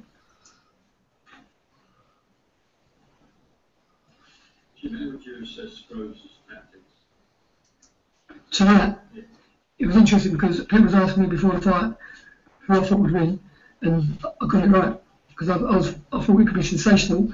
James thought I thought Groves was going to win. And I said, nah, I can't put it. But I just thought in the first 6 rounds, if Groves was going to win, he was going to win in spectacular fashion. When he said the other day, he was looking at the 3rd round and that. But Carl Froch, you've got to give him what we do all the time. He's got a machine, he's got an engine, he's a true soldier. And he was a lot better in the build-up, a lot calmer, more relaxed, climbing to the ring with a smile on his face. There was no anger. And I thought he boxed really calm and cool. And then I was just running over the tank of George was going to empty. And I was saying to people sit with me, if the straight right hand's going to be the damaging shot, Froch, every time I thought he landed, and that was the shot that finished it as well. So, but I mean, that was, as James said, that was a big shot, and fight over.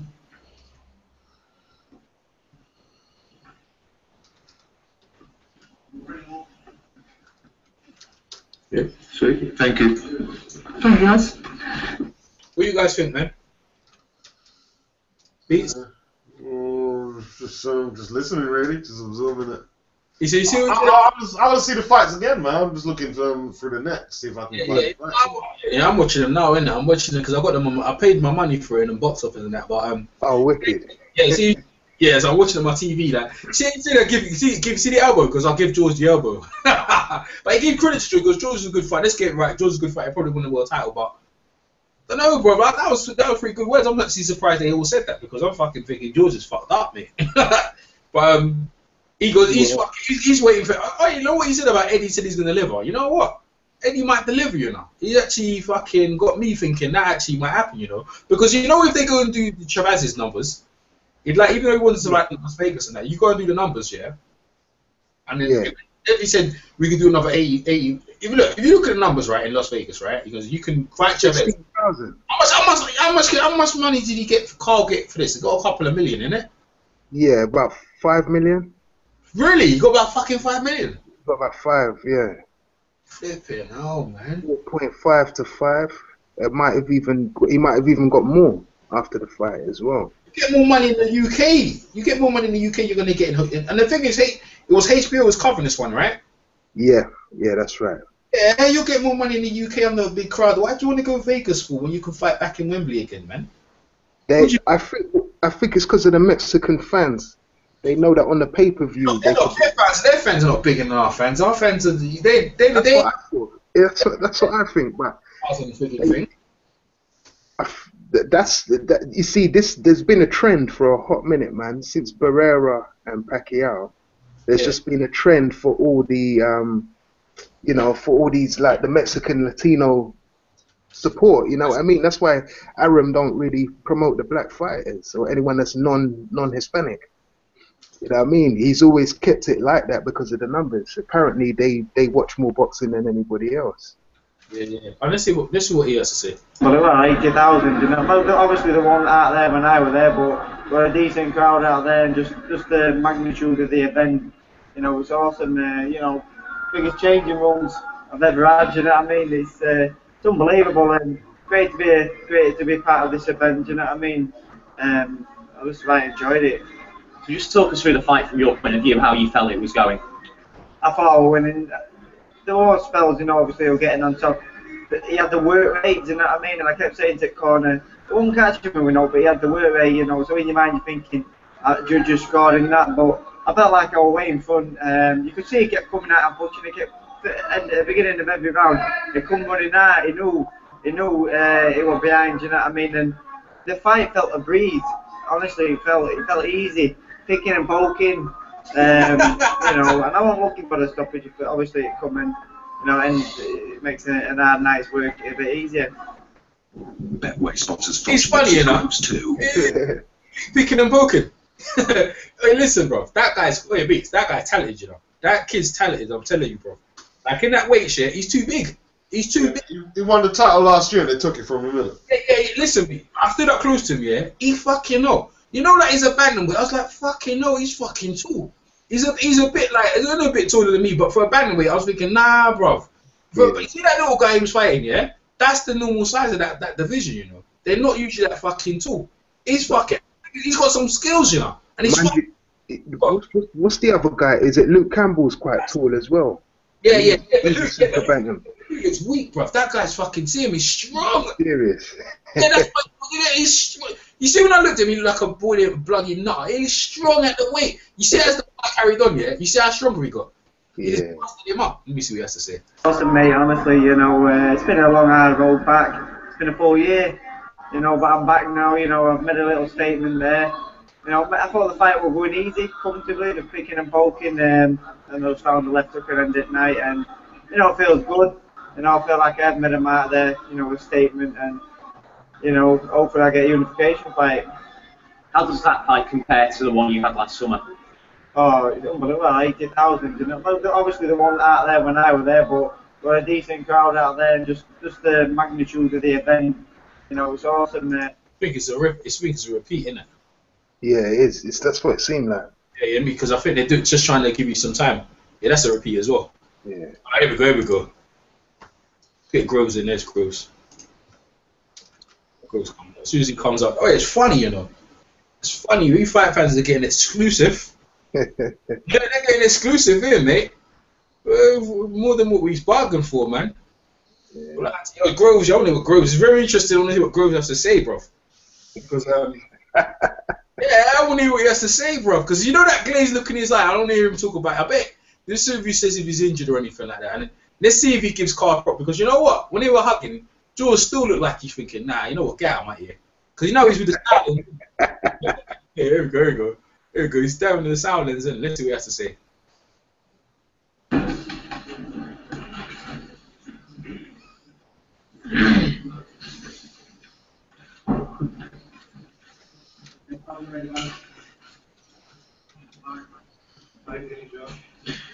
Yeah, gutted obviously. I felt I was boxing well, you know, and got caught with a shot. Haven't seen the replay back, but you know, it's boxing. Fair play to Cole Froch. You know, he got the job done. Better man on the night in that respect. I'm still 26 years old, and I just boxed in front of 80,000 fans. So, you know, I didn't get the result I wanted, but I think I was boxing well, and I'm sure I'm going to have a long and successful career ahead of me. So, I thank Cole for taking the fight. I thank Matchroom and Sky and everyone who came out and, you know, made this such a wonderful special event. I think it surpassed a lot of people's expectations and really put boxing on the map. I of course plan to be world champion, and I'm sure with the help of these two guys I will be in the not too distant future.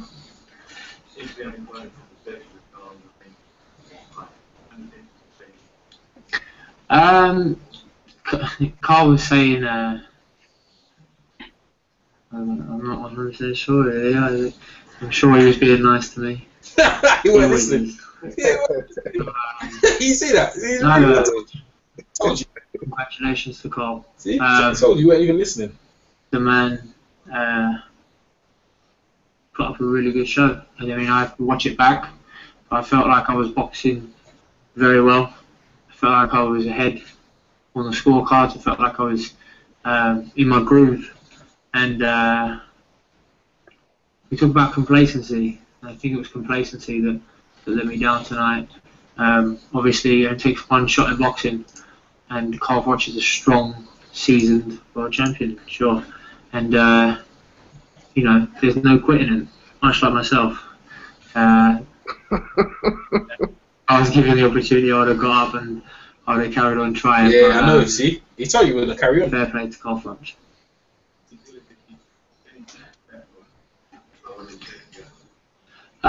Yeah, I'm sure, you know. Ultimately, I don't think we fight for respect, you know. You either have it or you don't. You want to be thought of as a good fighter. You want to be thought of as an entertaining fighter, but ultimately you want to be the best. Tonight, I wasn't. But we'll go back to the drawing board and we'll come bigger and better and stronger.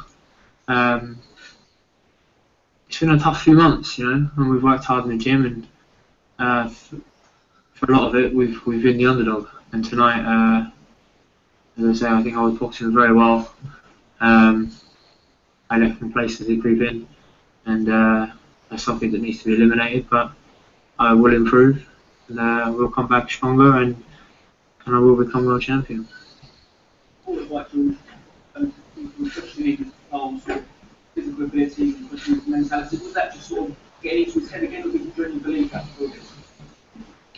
I always know that Carl Froch gets into good shape, and if there is an advantage to be taken, then surely you would always take it. Ultimately, it's all about fight night, you know, and for Carl, he'll fight like he did tonight, and the same with me.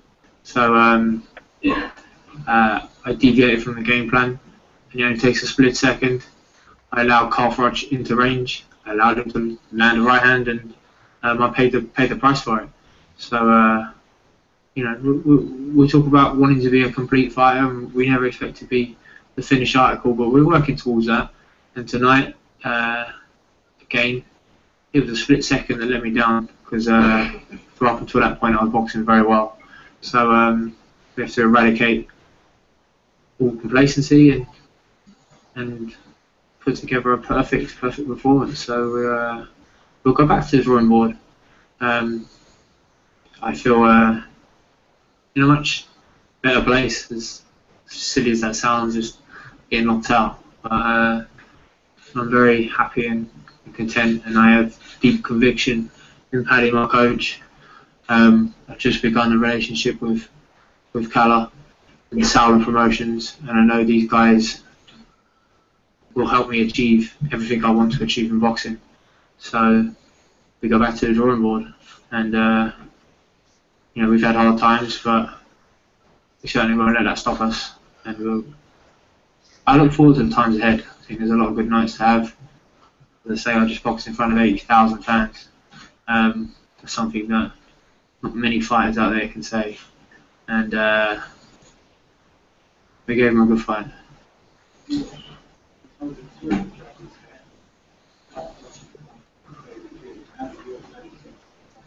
I thought I was winning very comfortably, to be honest. It was very shocking. Yeah, sure, we wasn't as gung-ho as the first fight. I was dominating Carl Froch with the jab. The hand speed was vital. He couldn't really find his range. And I think there was times where it looked like I hurt him. I buzzed him, I stood him up with the right hand, with the left hook, and also even with the jab. So I'm very, very shocked by that, actually. I felt I should have been a good few rounds in front.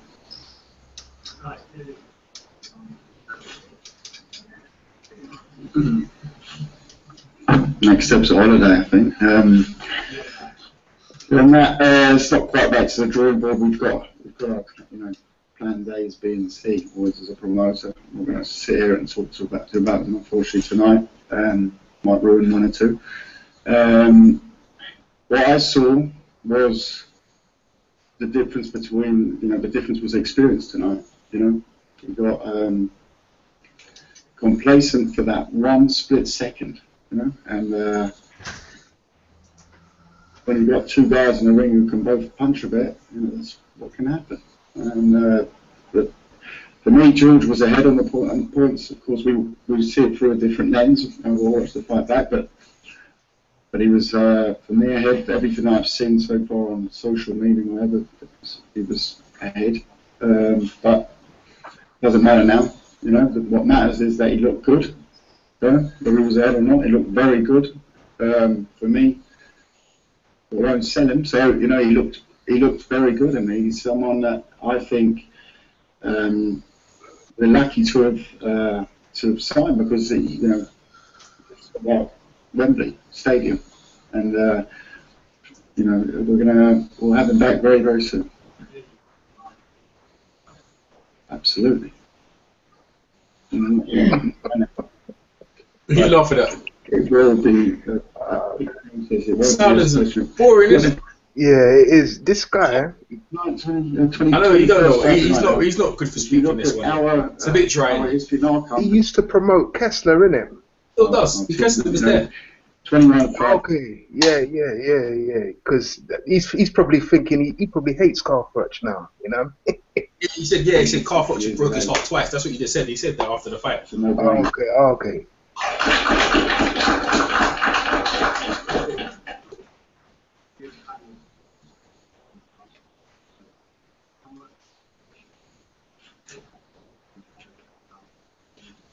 That was a little boring, that was.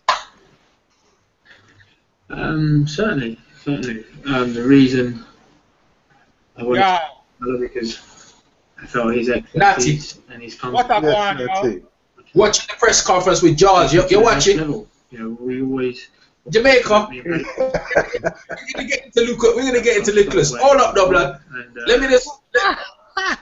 That's funny. Alright, that is funny, you know. Hold up now. 1 minute. Let me this Groves boy. Let me have your say, man. Yeah, man. Yeah, man. All right. We took away from our performance tonight. I just got it wrong. Just got it wrong for that split second. But we'll, as I say, we'll come back stronger.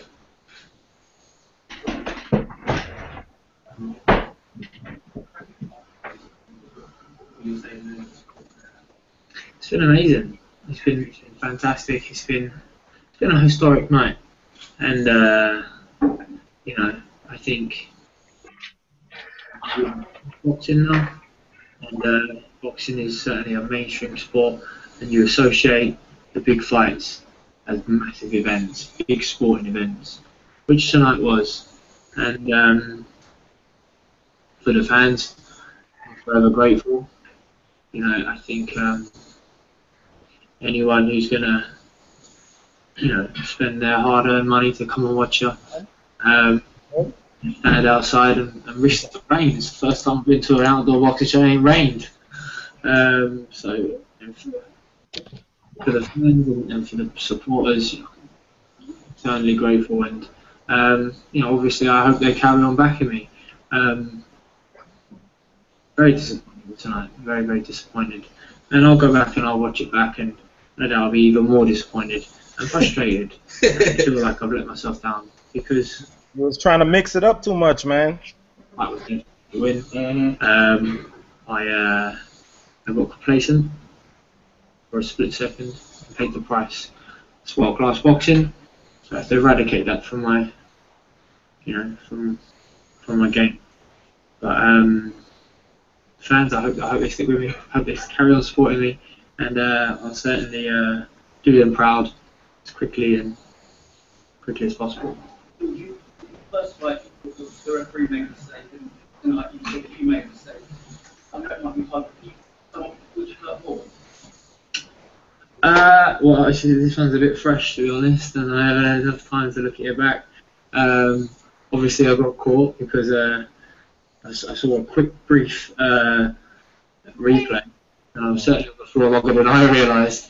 So, you know, that's a first for me. You know, I think the first time was a bit of blow, but strange. I'm gonna make.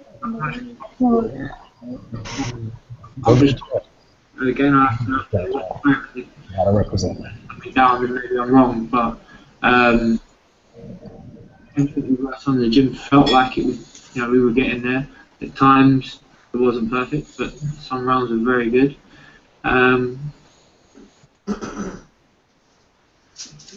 They both hurt just as much as each other. Is he now mandatory now? Yeah. Well, I don't know. He'll ask Eddie if he's got both boys. I'm sure if he can sell it, then that's their next fight. Talks about wanting to go to Vegas, you know, but who knows? Who knows? I'd love to have another go. If he gives me a call, then I'll be straight in. See if we can find a bigger stadium.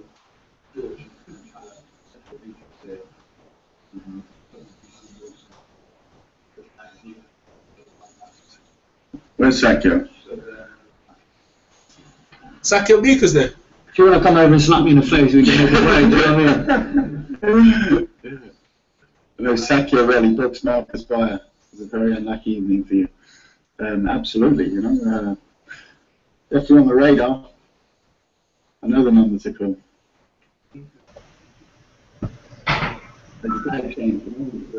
It's been a long time, you know. It was a long time ago.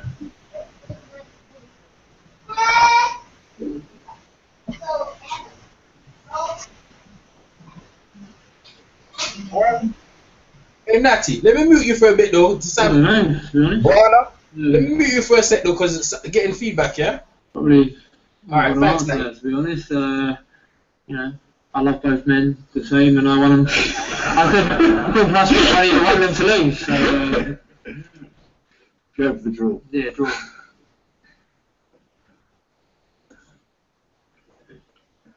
That's it. I think they're done with him, you know. Thanks for your time, guys, and thank you very much for your support. I really appreciate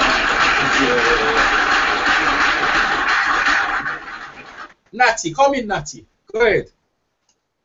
Sorry about that. Go ahead, Natty. Unmute yourself, Beats, Natty, Chris. Yaga. Yeah, Yaga, go ahead, Natty. Go. What am I say? If you want to talk about Nicholas Waters, go ahead, bro. Go ahead. Yo, let's talk about this first. We on this right now, man. All right, then go ahead. Brought down the car. I mean, I called this. I was 2 rounds off though. I thought Froch would end this in 6. To me, it was a replay of the first fight in that I feel that Froch was about to do the same exact thing that he did in this fight, but the ref got in the way. Oh yeah, yeah. He had him going just like that. But he was able to land the punch this time.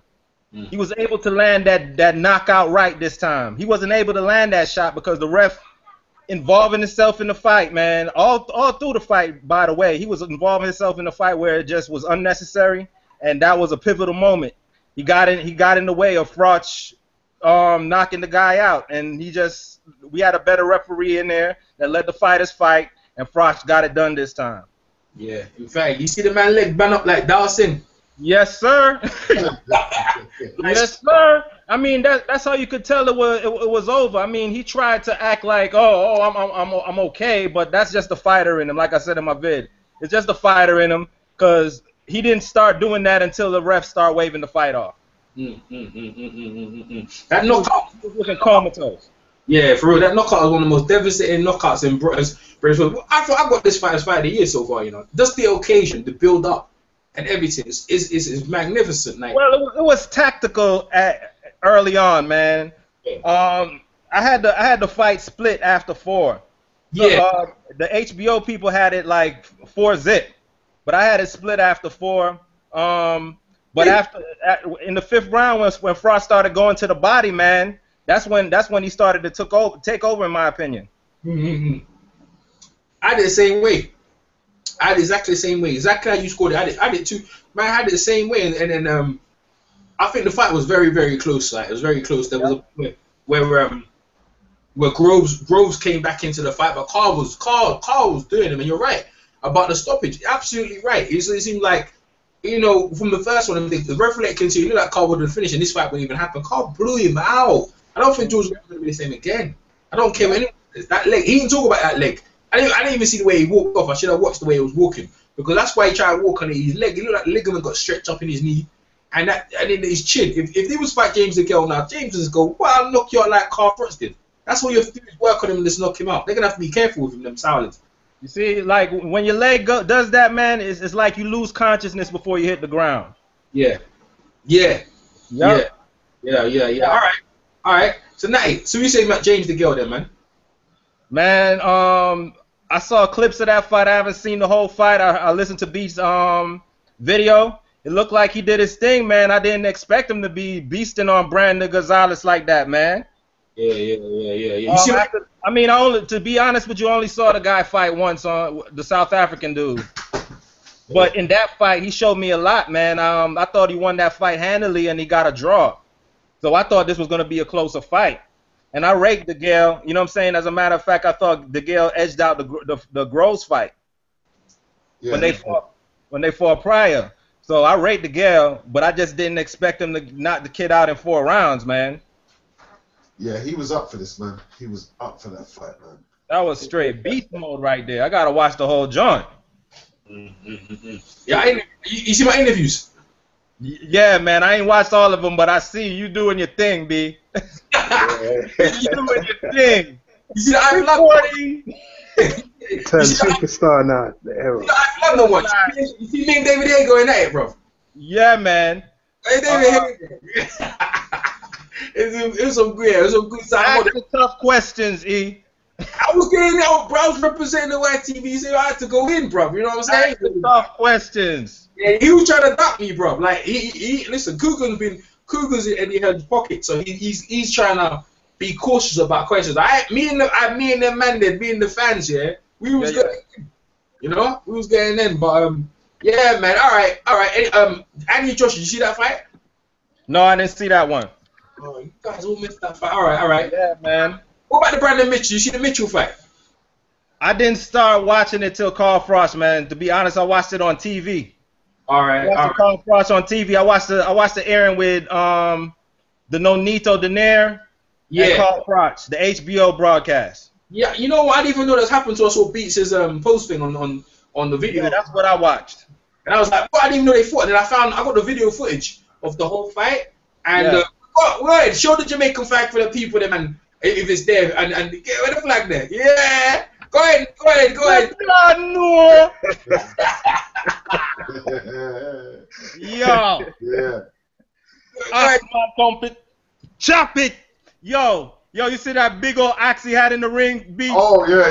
He bought the axe. You mean like a guillotine axe? Yeah. Like a yard man, a sentence carve out that theme, yo. Yeah, for real. Yo, that was sweet. And I call that one down to the round, B. Look, man, it ain't about the down to the round. That one felt good. They're taking that you of television. I mean, it's a joke thing, man. Put him back on TV. I thought it wasn't I don't understand. It was televised, but it wasn't TV. I don't understand. You have to look at it on the Top Rank website, yo.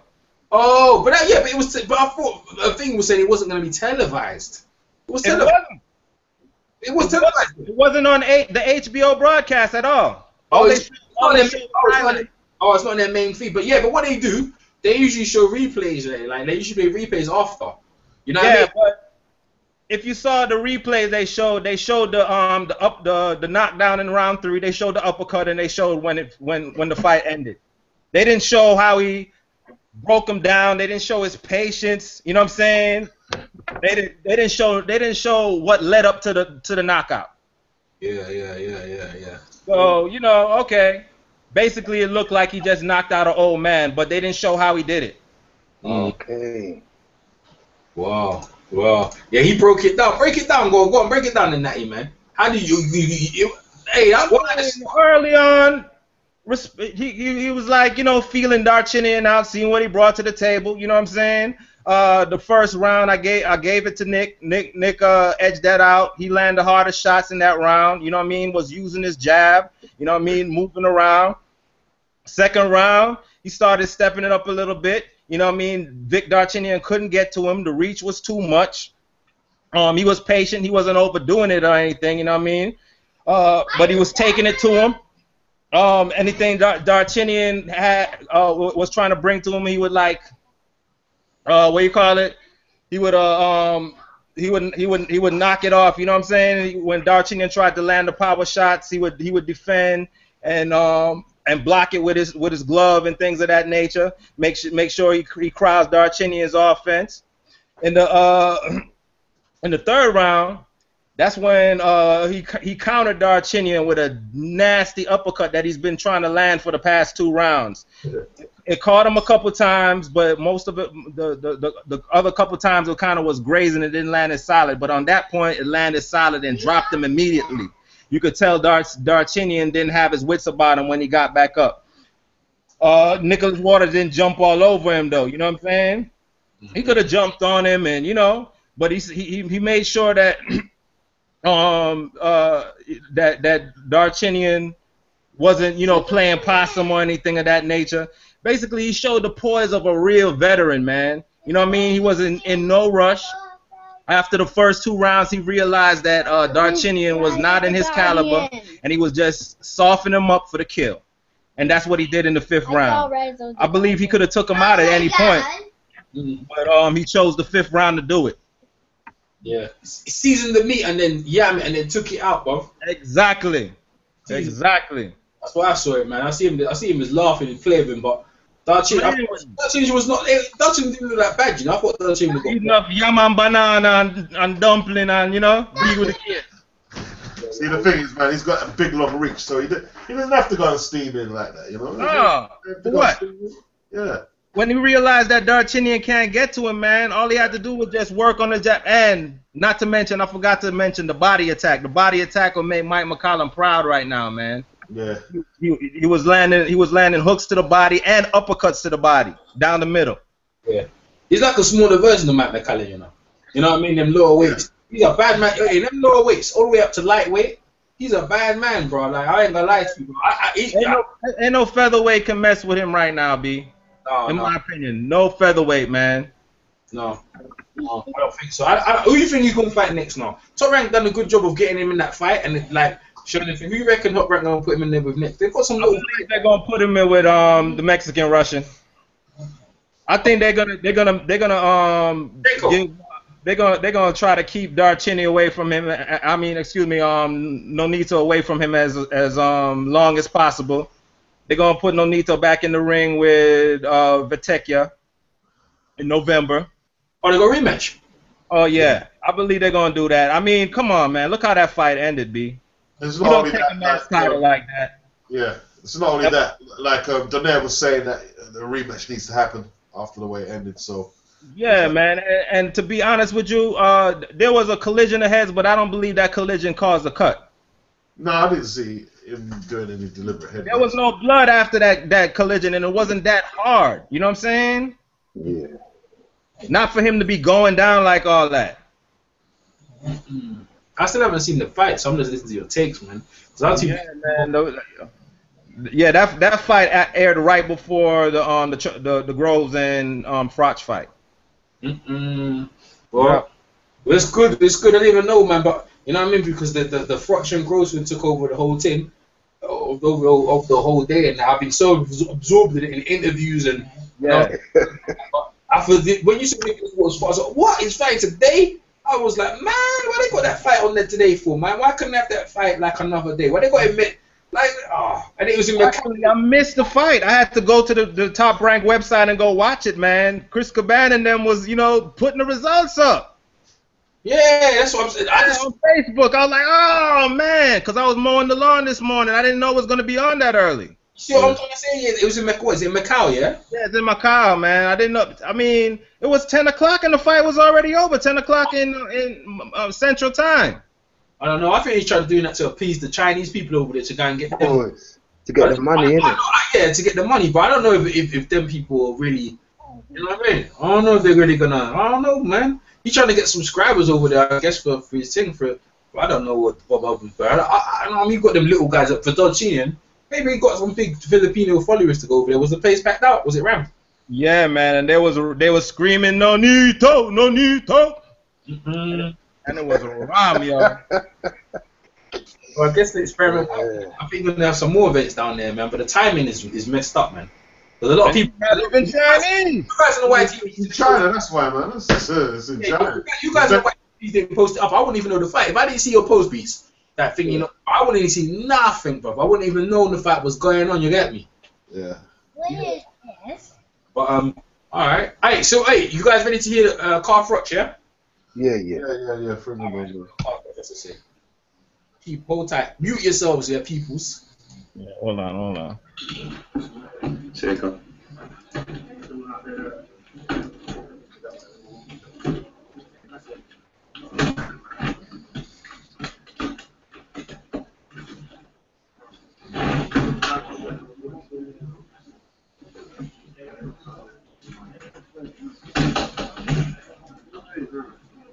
And stuff! What's up? That's it. Stand up.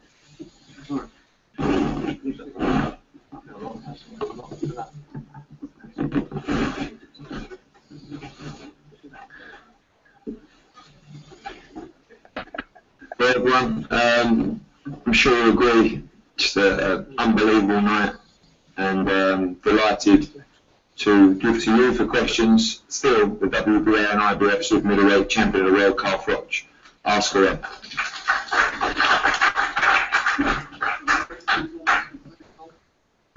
Definitely. I mean, I said from the start, this is potentially a legacy fight because I've had such a long, fantastic career. I've been involved in so many top-level fights. I said my legacy was potentially at stake, and it was, because unfortunately in boxing, people remember you for your last fight. I mean, you always remember greats like Mike Tyson and Evander Holyfield and Lennox Lewis because they were brilliant. But a couple of other names like Holyfield and even Roy Jones Jr., who was one of the best fighters on the planet, skillful-wise and speed. You look back on the career and say, you know what, he got beat by Glenn Johnson, he got knocked out by Tarver, and he did this and that. And it sort of tarnishes their reputation as fighters, fantastic fighters. And I didn't want to go out of my career or finish my career because my career would have been over. I would have retired if I had lost tonight. I didn't want to go out and be remembered in the biggest night in history, the biggest British fight in history of boxing post-war. I didn't want to be remembered as being a loser. And I take nothing away from George Groves, but you know, I came here tonight to win. And I lived like a monk for 3 months, and I listened to everything Rob McCracken said for 3 months. It's been hard, put my body through pain, but if you prepare correctly, you get the results, and that's what I did. I'm going to have the summer off and relax with my family before I even discuss what I'm doing with boxing. That was one of the best nights in my whole career in front of 80,000 in the National Stadium. So I don't have to make any decisions yet, and I'm not even going to think about it. If that fight there is all I do now in boxing, I would be a happy man. Now, I'm not saying that's the end for me, but what I'm saying is that for me would be hard to top. I don't know what Eddie can produce or offer me now that's going to be anything close to that, because that was just unbelievable. But there is one box that's not ticked, and that's Las Vegas. All the greats before me have ticked that box in their career and have been there, and I've not had my name up in the lights in the fight capital of the world, and it would be nice to do that before I do decide to bow out. So we'll have to. I need a long thing. I just want to get back and have a beautiful summer with my beautiful family, and I've got Rachel, Rocco, and Natalia at home. I've not seen them for 3 months. And we'll get that. Don't have a lovely summer, and then we're going to sit down with Rob and Eddie and work out what we're going to do. But I don't need to make any decisions just yet. Well, James DeGale made himself mandatory. He fought well tonight and won, but I'm not in a position where I need to defend against the mandatory because I've just done that twice. So I've got a voluntary defence. I can fight Grant if I want.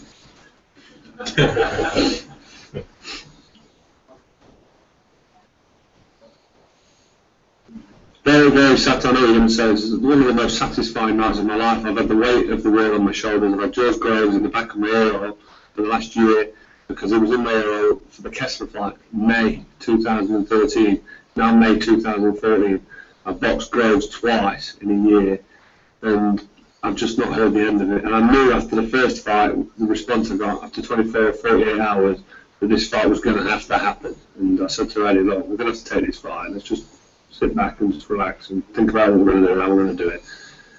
And Eddie's done a fantastic job because, let's be honest, a National Stadium full like tonight, and the occasion the way it was, there's not many men. I don't want to blow too much smoke up Eddie's arse, but what a great job he's done putting this event. It's just fantastic. Round of applause for Eddie. Not many could have put this together tonight, and it's not just me. I'm doing the fighting, but I've got a team behind me. But Eddie doing the promoting, and Rob McCracken's, he's my puppet master. You know, he pulls the strings and I move to his jingles. It's as simple as that. We've got a great team, and tonight we put the result out the bag that I knew I was going to get because I prepared so well. Put myself through hell for 3 months, been away from my family, and I've, you know, they say you fail to prepare, you prepare to fail. I prepared to win tonight. I came here so confident and relaxed, sat in the changing room before, and so happy, and just I had an hour's, tried to get an hour's sleep early, usually when I'm lying in my bed an hour fight day, trying to sleep. I can never sleep, but I get a good rest and I shut my eyes and I think about the arena, I think about the fight. We're a bit deep now, but I'll just talk you through it. And as I'm thinking and concentrating, I'm thinking about the ring walk, getting in the ring, the tactics. My heart starts beating on the inside of my chest, and I can, when I'm breathing, I can feel my heart interrupting my breathing pattern. And I was doing that today, but I was happy, and I calmed my heart rate down, and I was confident. I thought, you know what, I've done the hard work. This is all going to slot into place. And I've had the nerves left me. I visualised walking into the ring. Visualised giving George Groves my back because I didn't want to stare at him for the whole announcements. And I gave him my back. I didn't look at him because I didn't want to look at him. And I just stuck to the game plan. I listened to Rob, threw my jab, didn't rush in. Tactically, I was perfect. I got him with a few shots because George Groves is a good fighter. He's very fast. He can punch a bit as well. But it just all came together like we planned. Executed the game plan perfectly. Couldn't be happier. And next question. I thought it was close. I feel I was probably one, maybe 2 rounds ahead. I don't know what the score is. I think I was at least 1 or 2 rounds ahead. Some of the rounds I could have scored either way. I can remember losing round 6 or 7 because I got hit with a couple of silly shots. But I was behind the jab doing what I wanted to do. But I wasn't being busy enough. I was starting to back him up, but I wasn't backing him up enough. But like I said, I got quick hands. So I thought I was winning, thought I was in front, but I knew the shot was going to come. I knew as soon as I closed the gap and I got him in range and I was working, I knew he was in trouble. He started breathing heavy, I was hurting him. So it was a matter of time. What was it, round 8? So there's still another 4 and a bit rounds left. That's the best part, 13 minutes. It's a long time to be in front of me when I'm little game run.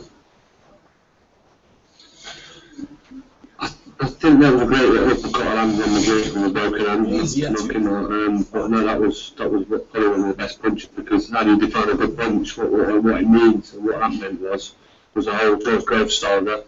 And the history of the fight, the way people will look back on that in years to come, that was the right hand that finished the job. So yeah, that was the best punch I've thrown in my life. I saw the shot before it came, yeah, definitely. I went over the top of his head with that right hand a couple of times. Yeah. I got my feet under my body, kept my centre of gravity good, like the master told me to do. And I've been keeping my feet under me for 12 weeks. Every now and again I step in behind the right hand and move myself square on and come in flush, which is what I did in the first round of the last fight with George. And I've corrected that over 3 months of training and listening to Rob. And that punch just came. I just threw it. I didn't really try and knock him out. I didn't load up. I just threw the punch and it just landed lovely. It was just a lovely, perfect peel over shot, and it closed the show, and that's what world class fighters do.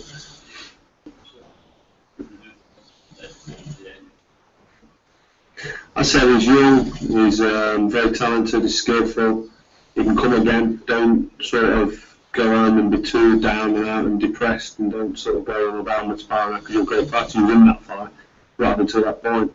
So I punched very hard. Unfortunately, you know, I couldn't with a shot that finished you off, and that's boxing. It happens to some of the great fighters. You get hit with one shot. He's not quite got that toughness, George, which you need at top level. And I said that from the start anyway. You know, he's a good fighter. He's done a few bits as an amateur. But you love that. I just didn't. If I fight beat him 10 times, and that's not being big-headed. That's just because I've got ingredients that you can't teach. You know, you're born with them, and it's toughness and heart and a mindset and a determination. You can't train that.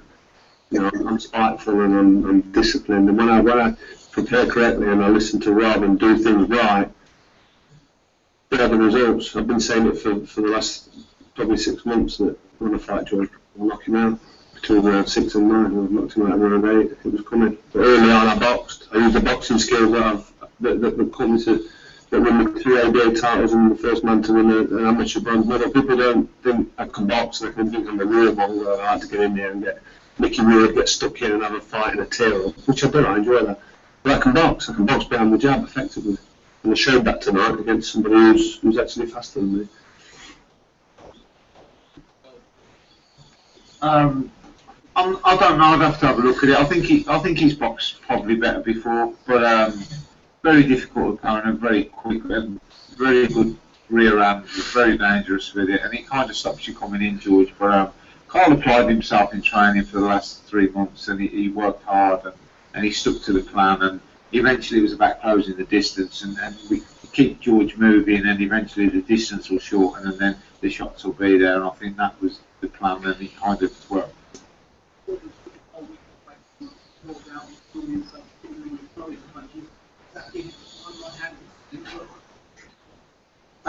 When you practice everything, I'd be a liar to say we constantly. We practiced it a lot. We practiced the left hook a lot, and we practiced his body shots, which I think, in fairness, were a lot quicker than they were last time. He was pretty rapid when he got anywhere near George with the body punching. I think that slowed George down a little bit, but Carl Froch is a tremendous fighter. He's a prize fighter. He knows how to box, and he knows how to fight, and he knows how to win at the elite level, and he's done that over the last 6 years consecutively.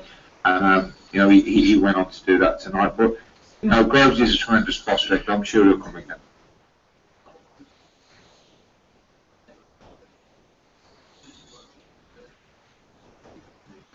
Well, I just said it earlier, you know, he's missing one of them ingredients of toughness at top level. I just think that when he comes in the final, comes under pressure and starts taking shots like that, he needs to be able to stand up to it.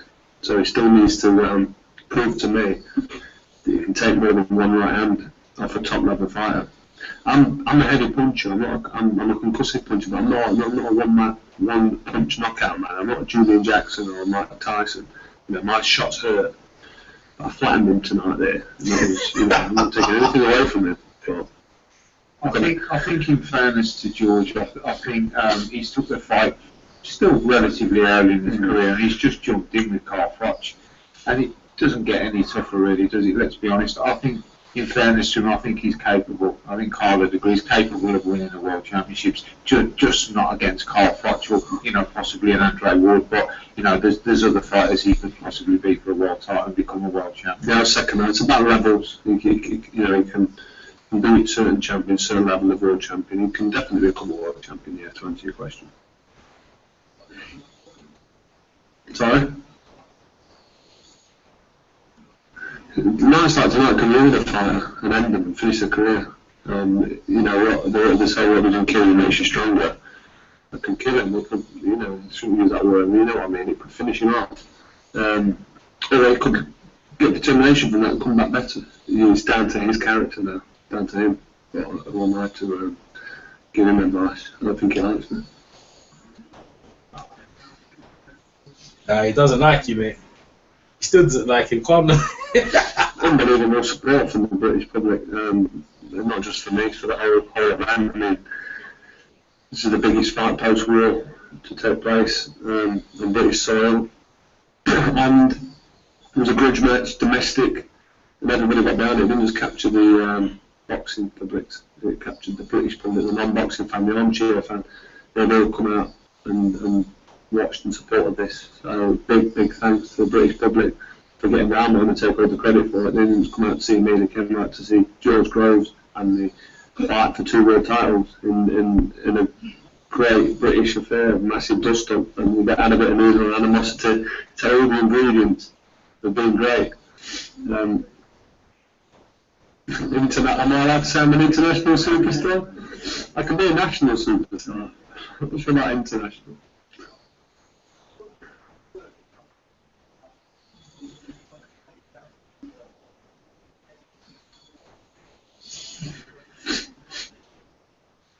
I think that's what I've learned. Don't take it for granted. I'm at the top of my game, world champion, and if you take the foot off the gas and think, you know what, all I've got to do is turn on, you come up strong. Hard work, hard to get to the top, it's just as hard to stay at the top. So I've learned that, you know, every time I fight, that I need to prepare as hard every time. You can't just turn up, you've got to put the work in.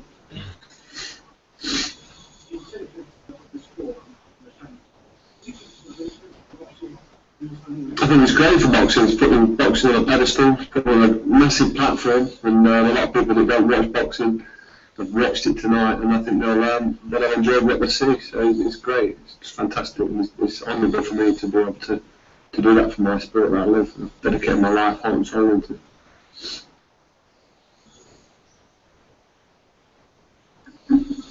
That's something that Rob and Carl will always decide. I think it's difficult when the dust is settled from tonight for him to, you know, like you said, it's got to be something that makes him get out very early in the morning, do his hill run. It's got to be something that drives him.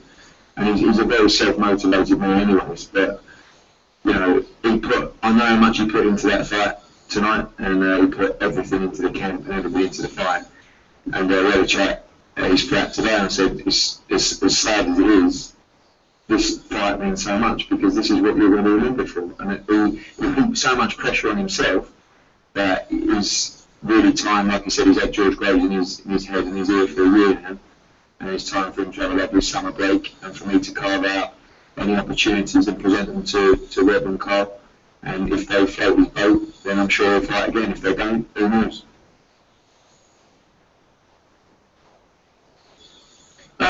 Not necessarily if it's a big enough fight. I mean, again, he won't know if that floats his boat till we sit down, look at the numbers and look at the potential of the fight. James is the mandatory changer and he'll be doing everything he can to push his position. Carl has had back-to-back mandatories forced on him by the IBF, but also Carl doesn't box that often because he boxes twice a year really. So again, it's far too early to look at anything like that. I think James is a great young fighter and he'll definitely get his world title shot. And I'll go away and look at the landscape, and when Carl had a great holiday, I'll present the opportunities to him. And if he likes what he sees, and I guess he'll fight again. If he doesn't, then who knows? It's a silly question. But, no, listen, he deserves a big night in Vegas. And of course, the Chavez fight, we looked at it prior to this fight. Golovkin, and always the opportunity of a dual pay-per-view is something that definitely whets the appetite of the promoter, and I know definitely whets the appetite for Carl Froch. An HBO pay-per-view and a Sky box office pay-per-view. Again, it's a decision for Rob and for Carl. It's just my job to present the opportunities, and if they like what they see, no doubt we'll go again. Yeah, and Chavez is still a huge name. But again, honestly, tonight is about drawing a line through that, enjoying a great night for British boxing, and finishing a little era for Carl Froch of this. And listen, it takes two to tango, and George Groves promoting this fight has been absolutely fantastic. He's made it the big event just as much potentially as Carl Froch. So you've got to take your hat off to it, and I'm sure he'll come again. But there was so much pressure on Carl Froch tonight, and if he would have lost tonight, would have been gutting. You just can't keep him down.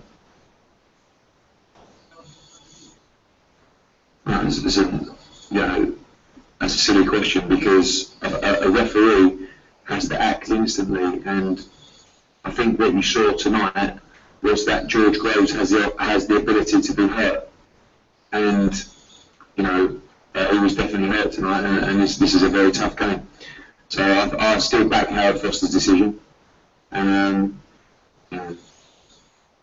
that's that.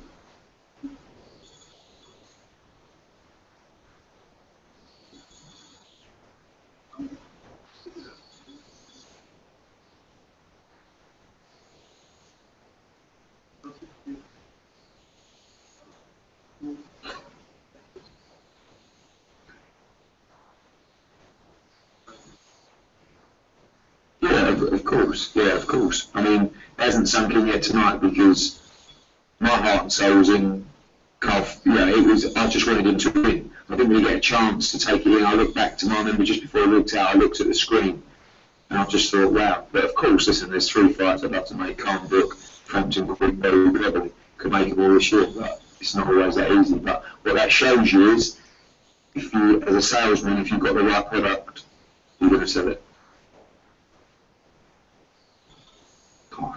Beer first, isn't it? We've got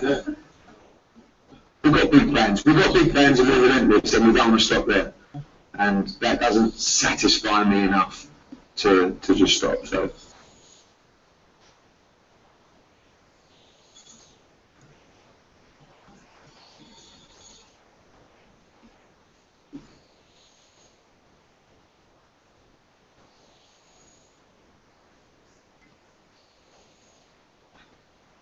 I was involved in big fights before that Glenn Johnson fight. That's the way I worked out in America. I mean, I fought in front of 10,000 in Nottingham every year before that, and I boxed Mikel Kessler in front of 12,000 in Denver.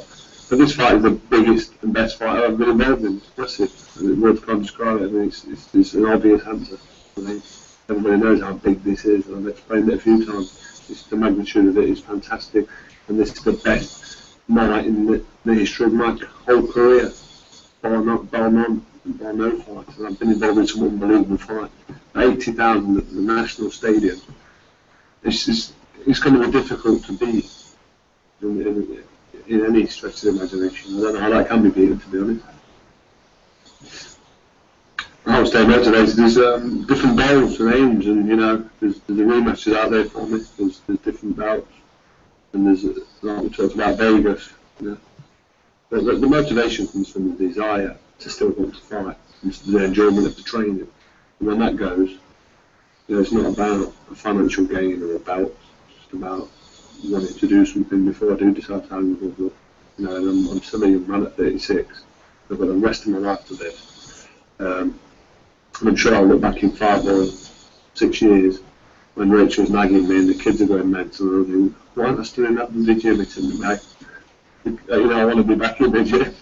So while I'm here, I'm going to relish it and enjoy it. And if I can still fight on, I'm going to continue to fight. But at the minute, it's difficult to top this evening. This evening is just unbelievable. This is like the pinnacle of my career. And sat in the score of a good match and getting the whole rate of the world and with the whole George Groves saga behind me in such a satisfying manner. I'm just going to be smiling for the whole summer and for the next 10 years. What was that? Well, no official proposal for it, but we did make a decision that one day we will get married with Rachel. I want to thank you. There's no official proposal. I want to propose to Rachel in my own time when I've got a ring, and I'd like the kids to be there as well, actually. But Rachel's the one for me. I'll be dead. Oh, we're going to cry, right? Jen was right.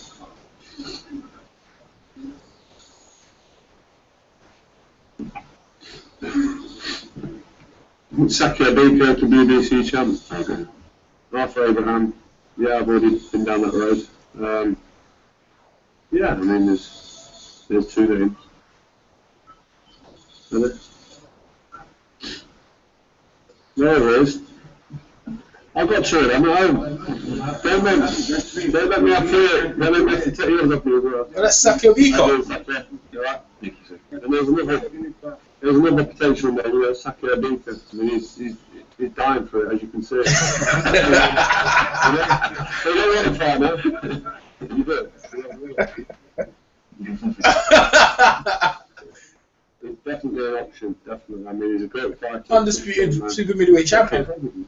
Yeah, a lot of people remember that. There's another potential name, potential option, but, you know, I do the fighting, he does the matching. So I'll let him have the argument with me. One thing you'll see is every man is dog wanting to fight Carl Froch because, as I've said before, he's the money in the super middleweight division. And I think he's shown that tonight. So, sure, it'll be an order with Q, separate the great fighter. I'll go around and look at the opportunities and present them to Carl. Exactly, was starving. Just a quick thank you to all the media. I mean, I really appreciate the way you've embraced this. I hope everyone's enjoyed the show. Hope the men in Raw, and I hope the boxing writers have enjoyed finally getting what they want from their editors. So thanks a lot for your support. I'd second that. There's been some blanket coverage and some fantastic pieces in all the papers. I'm not going to individually name them all, but you know, there's people that work closely with me, and technical interviews, and it's been fantastic coverage. Great for the British boxing, great for British boxing, great for my sport, great for Eddie, and yeah, big thanks to all the media. Hopefully we'll get some good spreads tomorrow as well on Monday. I think we'll get some later. So yeah, thanks to all of you guys because you stick around and you followed me around the world for years, and you know you're coming good now. It's took a long time, but you're coming good. Thank you. Nice one.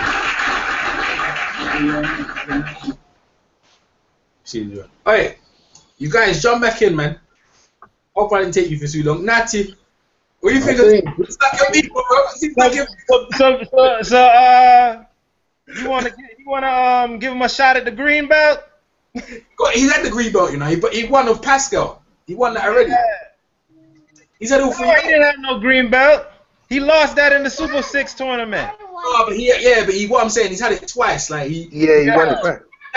So he's had every belt of the division. You know what I'm saying? But he's the cash cow. He's the cash cow in the division. But that's not the real green belt. We know Andre Ward have the real green belt, but you know Andre Ward is semi-retired right now. Yeah, but Carford has had the real green belt though. Yeah, you're right. Carford has had the real green belt though. Yeah, he has had the real one. That's who got it. That's who got it from him. Andre Ward got it from him. Yeah, that's right. No, Saki. Yeah, you're right. Because and then Ward. He lost to Kessler. Kessler took his belt, and then Kessler. Saki Abika won his in one of them vacant belts. He ain't got an interim belt. He's got a full belt. Ward got stripped. Yeah, he's got the full belt now. Ward got stripped. That's right. Ward got stripped. Yeah, he got stripped of the belt. Ward's only got the ring belt. But you know what? Yeah, let me put it to you guys. Yeah, he's got a WBA belt as well. Interim. Yeah, he has as well. Ward has got the official WBA. I think Carl Froch is the man in the division now, you know. Like on par with Andre Ward. I'm not gonna lie to you, bro. I think he is, you know. Yeah, he is. I mean, now he is, because not skill wise though. Okay, you can make an argument because he fought Butte, but you know. You don't know what have you done lately? You know what I'm saying? What have you done? He fought Butte. He rematched what's his name, Kessler. But except for Butte, I mean, except for Butte and Groves, and he fought an up and comer in Groves. I don't know, but I gotta rock with you on that a little bit because Andre Ward is making it like that. You know what I'm saying? Yeah. He's made himself semi-retired, so I mean. If somebody want to put Froch ahead of him, that would be his own fault. Yeah, for real. Hey, that wasn't me breathing. That's my bridging is dead. That's not me breathing, bro. That's my bridging. Trying to wake him up.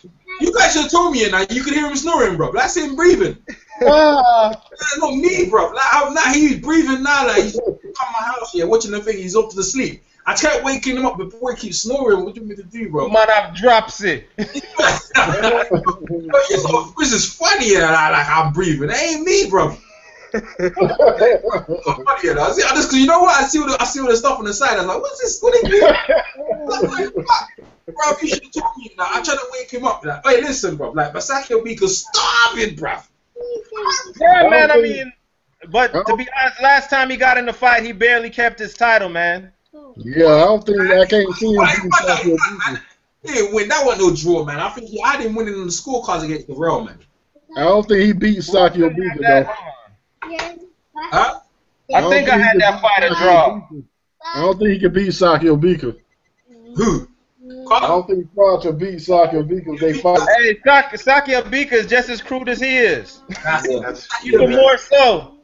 Yeah. You know what? It's too dangerous. Froch thinks he's a slickster, and he. Froch is looking for the big fights, man. Which is the big money fights? Cars are looking for the big money fights. The big money fiits is Cesar Chavez Jr., Triple G, and Andre Ward. I love that happen because Chavez and Bar is in litigation. Yeah, that's not gonna happen right now. Hey, the Golovkin fight. I'd love to see the Golovkin fight, bro. Why y'all gotta go outside the room? The Golovkin fight. Okay. What about the South African brother? No, who's the Saki Obika? Saki Obika? No, the other South African brother, the white one. The tall white brother from. Oh, the one that Brandon Gonzalez beat Yeah, up? that's right. Yeah. He's not in the running. That ain't no big fight, though, B. He's not in the running. Think he beat in it, and Brandon Garcia's beating. Nah, man. That man are out there. He's looking for the mega fight, like the Golovkin. Yeah. The Golovkin fight. I would like to see him in there against DeGale. Nah, he ain't gonna fight the girl, man. Man, that'd be a good local fight, though, B. I think they fill that stadium again. He don't like them, bro. He doesn't like them, but it's the best spring for him because you build up. But the thing is, I don't know, man. Like I think you can set out. Man, I don't know why he has to come out of Wembley. Go back into because you know what the Wembley thing. Let me tell you something about the Wembley. That whole thing. It was an event. It was an event.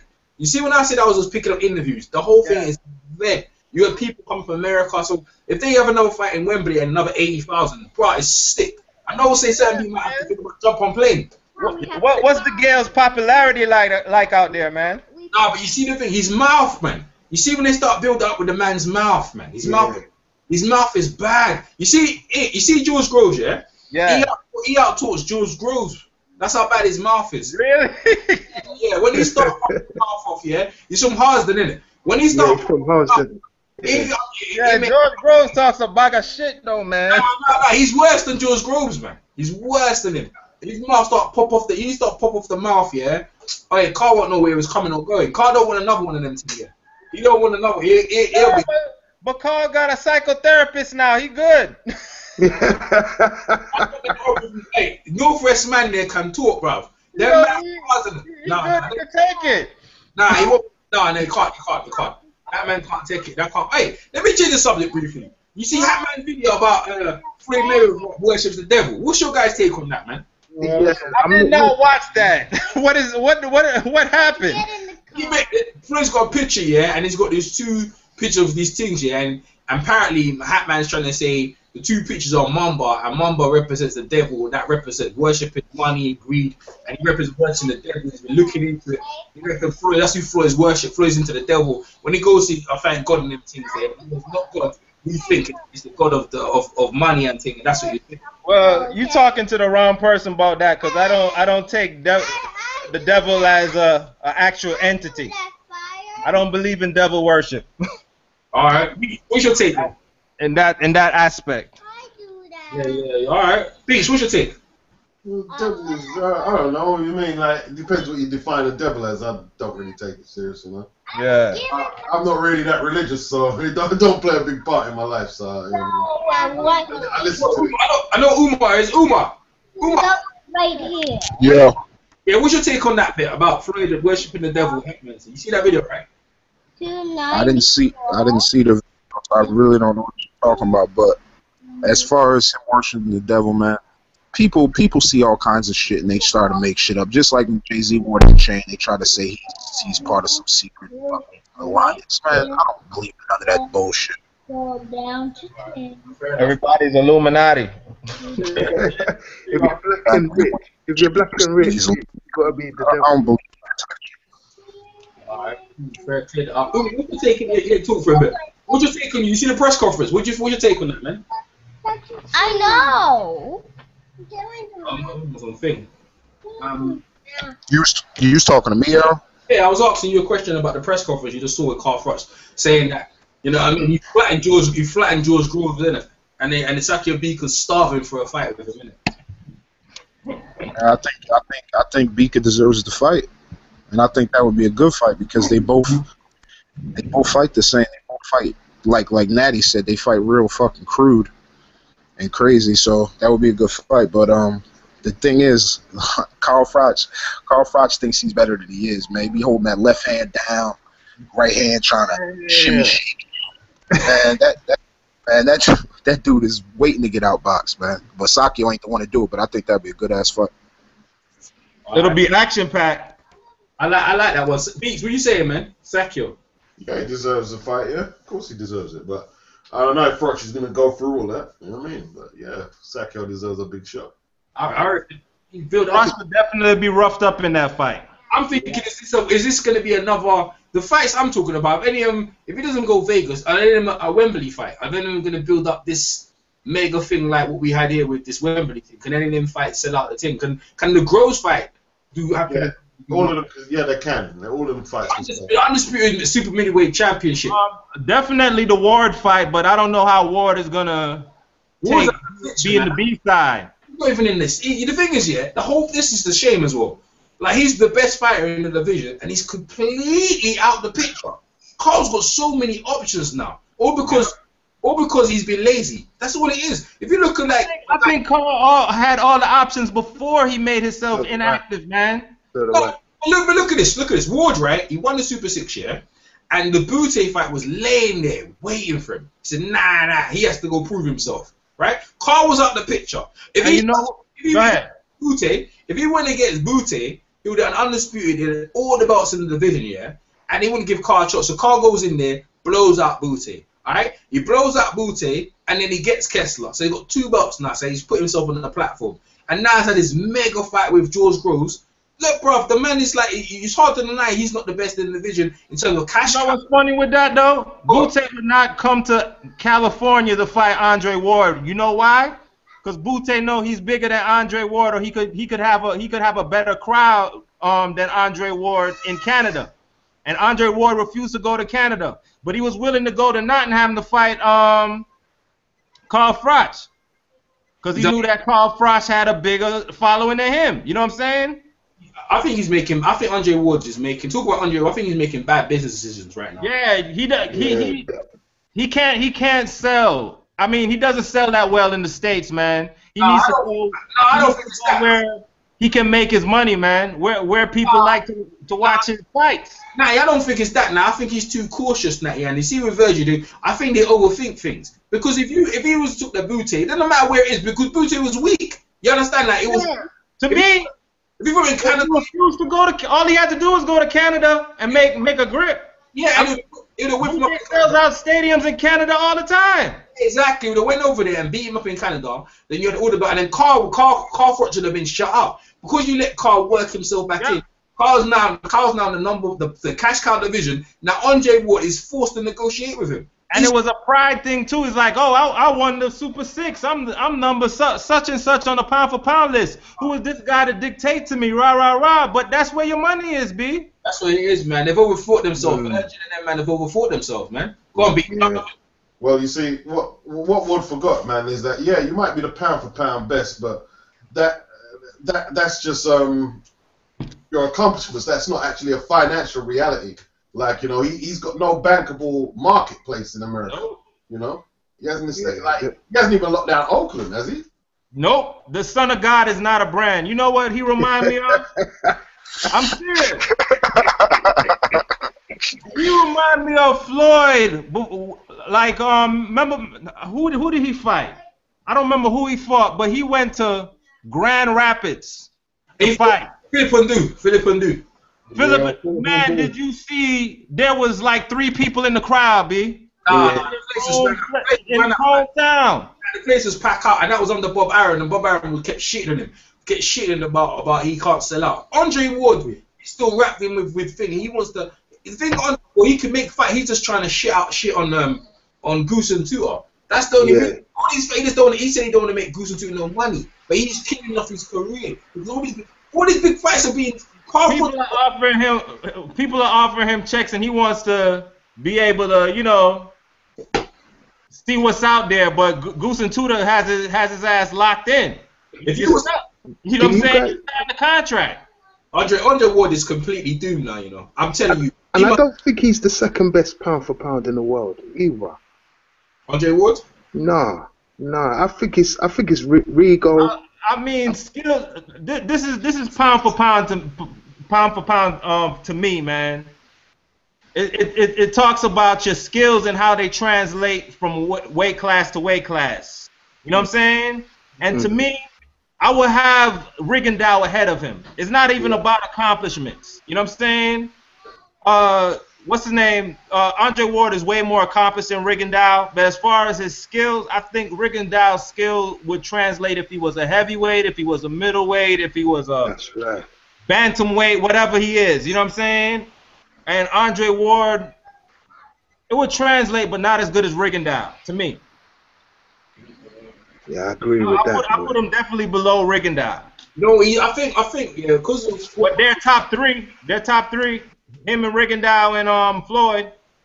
Yeah, but because of what Carl's accomplished recently, and in the super division, it's traditionally a European division.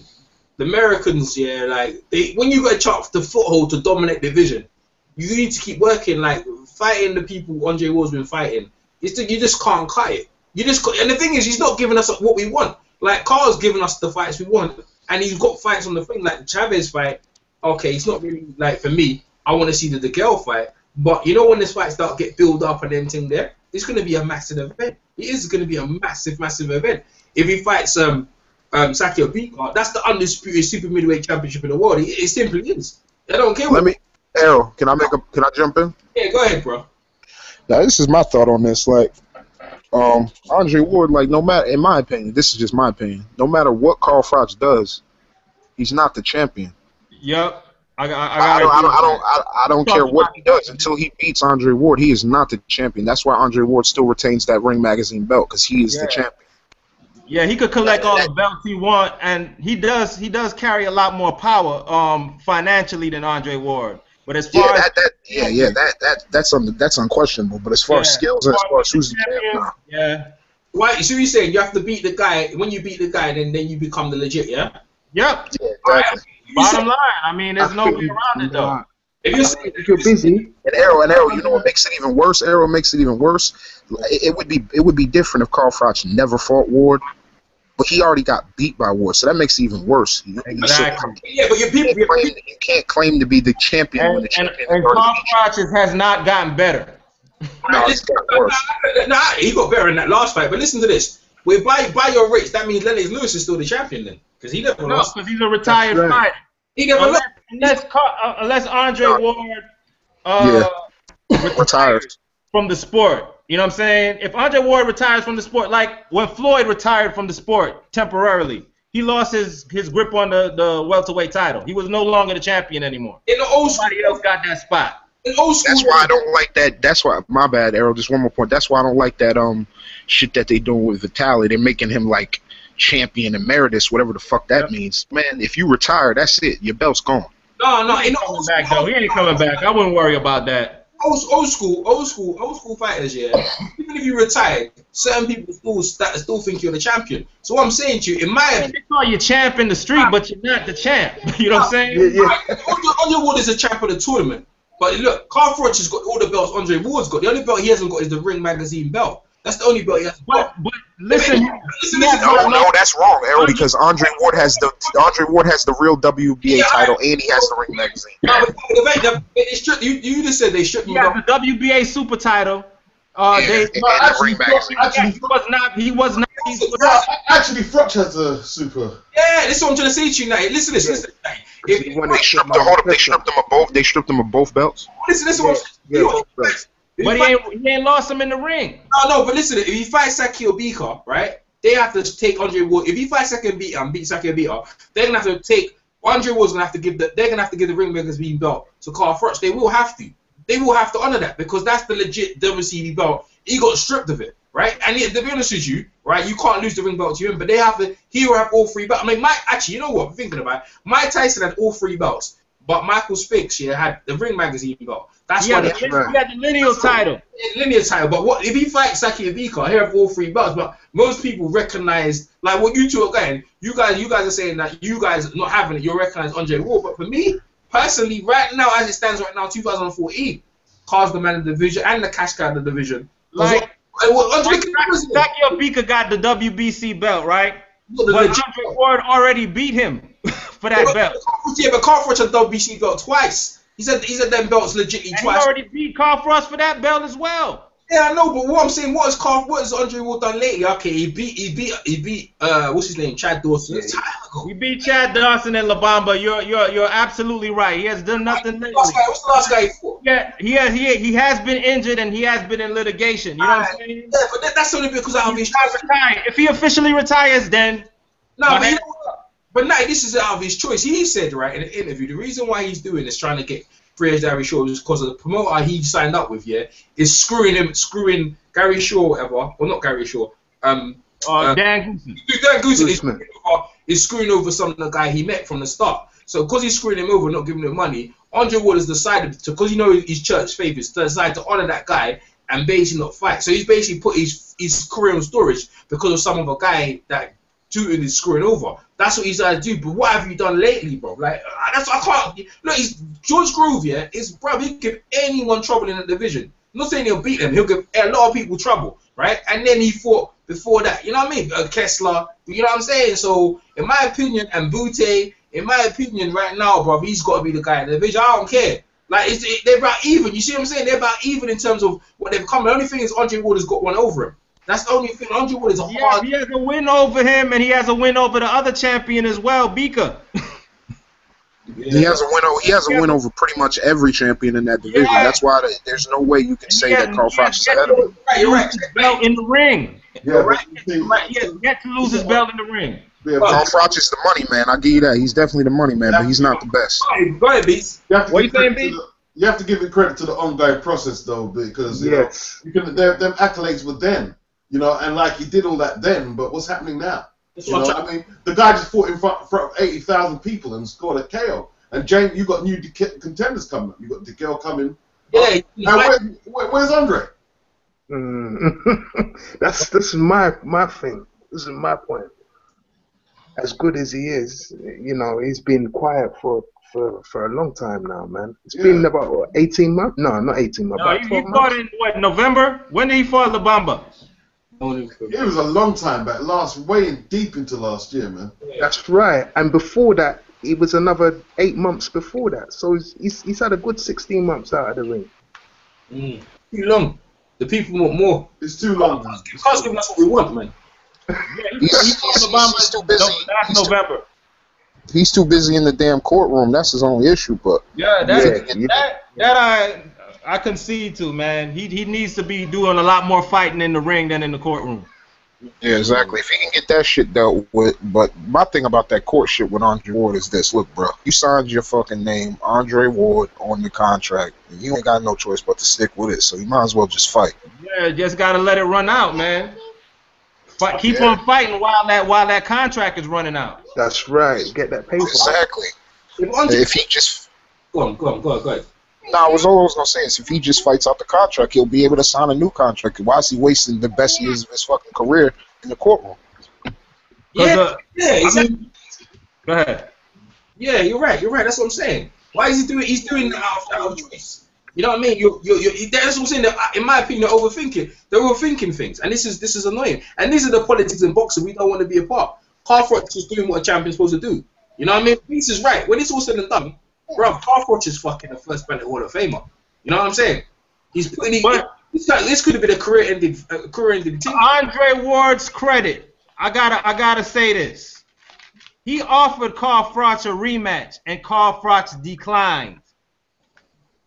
Yeah, but Carl Froch a rematch, like, let's get it on again. Hey, Natty, you know he don't want that hot sauce. He don't want that hot sauce. I'm just saying. Carl Froch offered the fight something to determine who was the man, and Carl Froch said, nah, I don't think so. But the thing is, like, if you compare Andre Ward to the black fighters of the past, like Archie Moore had to wait 16 years for a shot. Them guys, back when Dempsey and El Sullivan, they couldn't get a shot at all. That's right. Andre Ward has the opportunity to take his career in his own hands, and he's not doing it. So I have to give look. I think we all know who the man is once he's operating, but you have to give it to Froch now. He's the one carrying the. He's one of the flag bearers of the sport. He's carrying the sport. 80,000 at the stadium. That's what it's all about. What's Andre doing for the sport right now, this year, or in the last 2 years? I mean, Andre Ward on his best day would never put 80,000 in no stadium. See, I think he could, but he's not. He hasn't got a concentrated business plan that he's following through. He could do that. And you need a dance partner. Andre Ward and sometimes it's about personality, though. People, they like Carl Froch's personality. He's not a highly skilled guy out there. You know what I'm saying? Listen. They like what he brings to the table. The reason why Carl Froch and George Groves put all those people in the stadium and Andre Ward can't is not because of skill. It's not because of this. It's because of there's two white boys fighting in England.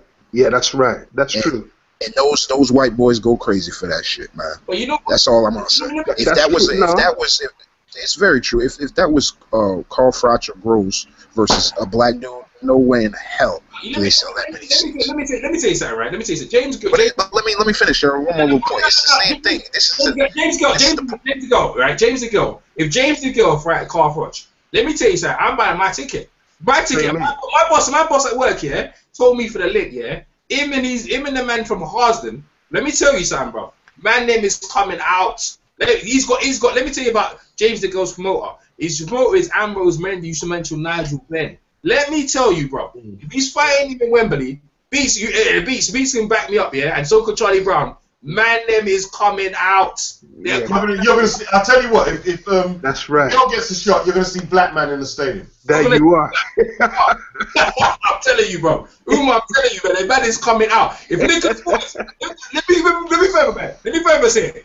Nicholas Waters is fighting in London against one of them man there, Natty, you getting your plane? You coming to England? Get your ticket. I'm coming to Heathrow, B. Yeah, but this is to my point. This is you just mentioned Waters. This is to my point.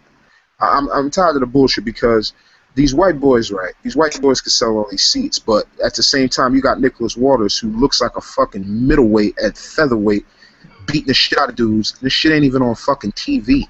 Yeah, but at the same time, see what people are forgetting. Froch had to go through that. He couldn't even secure sky dates a few years ago. Yeah, that's true. And he didn't get the props till late, very, very late. Even now, like, you got to understand. Let me tell you something.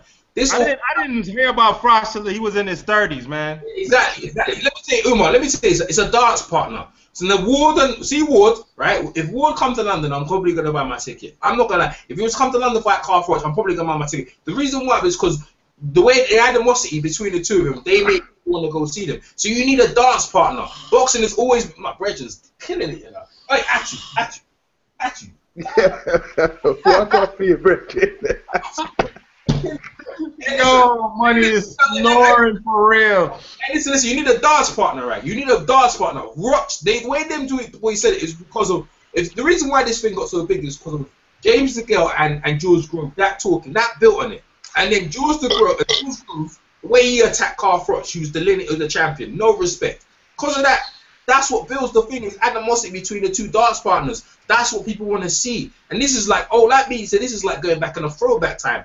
80,000. Are you serious, bro? Yo, that dude's not the lineal champion, man. No, I'm talking about, like, obviously, compared to him, he's the champion underneath Andre Ward. But what I'm saying to you got wall-to-wall coverage from Monday to Friday, everything. I went, so there was a workout, Paulie Manaji was there, there was a whole event. I was picking up, there was celebrities all around London. Your face grinning up with Paulie and all that. The heavyweight champ was there. Yes, the event was there. I was there. It was an event, Umar. It was a massive event. You know what I'm saying? So what I'm trying to tell you is that boxing is back, right? And all you need is a dance partner to bring it in, right? And No, I don't care about the event. That's not the point I'm making. The point is that I'm making is that there ain't gonna be no fucking black fighters that's gonna get that shine like that, and nobody's gonna tell me different. I disagree though. Because they're actively depending on who they're fighting. They're actively trying to destroy the black fighter, man. I don't want to hear that shit. You know what? If DeGale and Andre Ward gets in Wembley Stadium, it's not gonna sell out like that. No, because hell no. No, I don't think so. But what I'm saying against Froch, with Froch bringing with the Froch crowd, and then you got Andre Ward or Froch and Beaker, and then in fact because Beaker's got another belt, you can mark it as the undisputed super middleweight belt. It's the marketing as well side of it. You need to understand. And then you got DeGale, you got the Olympic gold medal, first time British Olympic gold medal. It's the marketing side of it as well what comes into it. And then you got but you're saying marketing. That's what pisses me off too. Marketing. We can't market that. No, let me finish. That's the tagline I always hear. We can't market this fighter because of this or that. I'm gonna go back to your boy Walters again. This guy is a savage. He's knocking everybody out. Why can't he market? Why isn't he on TV? Eddie Hearn is the first guy to do. Eddie Hearn, let me tell you, Eddie Hearn is sick. Now Eddie Hearn is sick. He's the first guy to get 80,000 in Wembley. No, not even Frank Warren's ever done that in the whole of his career. He's never done that. My point is, what's his name? James DeGale is under the Matchroom banner. Matchroom, they don't only do boxing, they do darts. In this country, that's massive. So what it is that they could spend this amount of money and they couldn't go bust. Frank Warren couldn't spend this amount of money because he would have went broke. My point is that when they do their promotional thing and they build certain things, they can do that. So you need, because Bob Arum is not marketing. This comes down to marketing, not because of a definite. He's not marketing, not putting money invested into building these fighters. With under the Matchroom, they're doing that. So it doesn't matter who you're gonna fight. You're gonna market as a massive event. Look, like, man. It really is. One thing about one baby. It really, in anyone's opinion, is George Groves really that big? He's not. But under Eddie Hearn, I told you why, bro. I told you why 80,000 people showed up because it's two fucking white boys about to fight. No, it's under Eddie Hearn. The last fight ended in controversy. No, under Eddie Hearn. Yeah, and the last fight was controversial. That's why, man. It's two white boys in controversy. Come on, man. No, even the amateurs. But what I'm saying, under Eddie Hearn and the way he's promoted the fight. Tired of these fucking white boys getting all this goddamn shine that they don't deserve. One minute. Under Eddie Hearn's promotion thing, yeah, he's major, massive event. But go ahead, Beach. He was trying to get in. Go on, Beach. You see, it's a two-way road, yeah. But maybe you could say white people are looking out for themselves, but we have to get out of that mindset as well because the highest paid fighter and he's black. And the last time we had an explosion like that in the UK, that was Eubanks and Nigel Benn. Two black fighters. Well, I mean, what about Nigel Benn versus McLennan? That was a massive fight. So Lennox and Bruno, but what? That was like a black man and a white man, but still. Hey, I'm not in the environment, but that's what I heard. But still, I love. Yeah, didn't Lennox call my uncle? Didn't Lennox call my Uncle Tom? Frank Bruno ain't no Uncle Tom, man. He ain't no Uncle Tom, man. No, Lennox called him that, right? Yeah. Lennox could understand all the white people like Frank Berry. He didn't understand that. He was kind of angry about that, so he called him Uncle Tom. So because all the white people liked him more than they liked Lennox. Oh, that's funny. They came around. Look at Stuart. Stuart Little loves Lennox Lewis, bro. Yo, what's that? Man, What's Stuart Little, man, fuck Stuart Little, man. What's the name of that British in Living Color show? What was the name of that? In Living Color, the British one. The British version. Real McCoy, yo, they did a skit on that shit, B, with Bruno and Lloyd Hunnigan. Yeah. Look, man. But the thing is, no one else yet. Umar, you need to understand this country.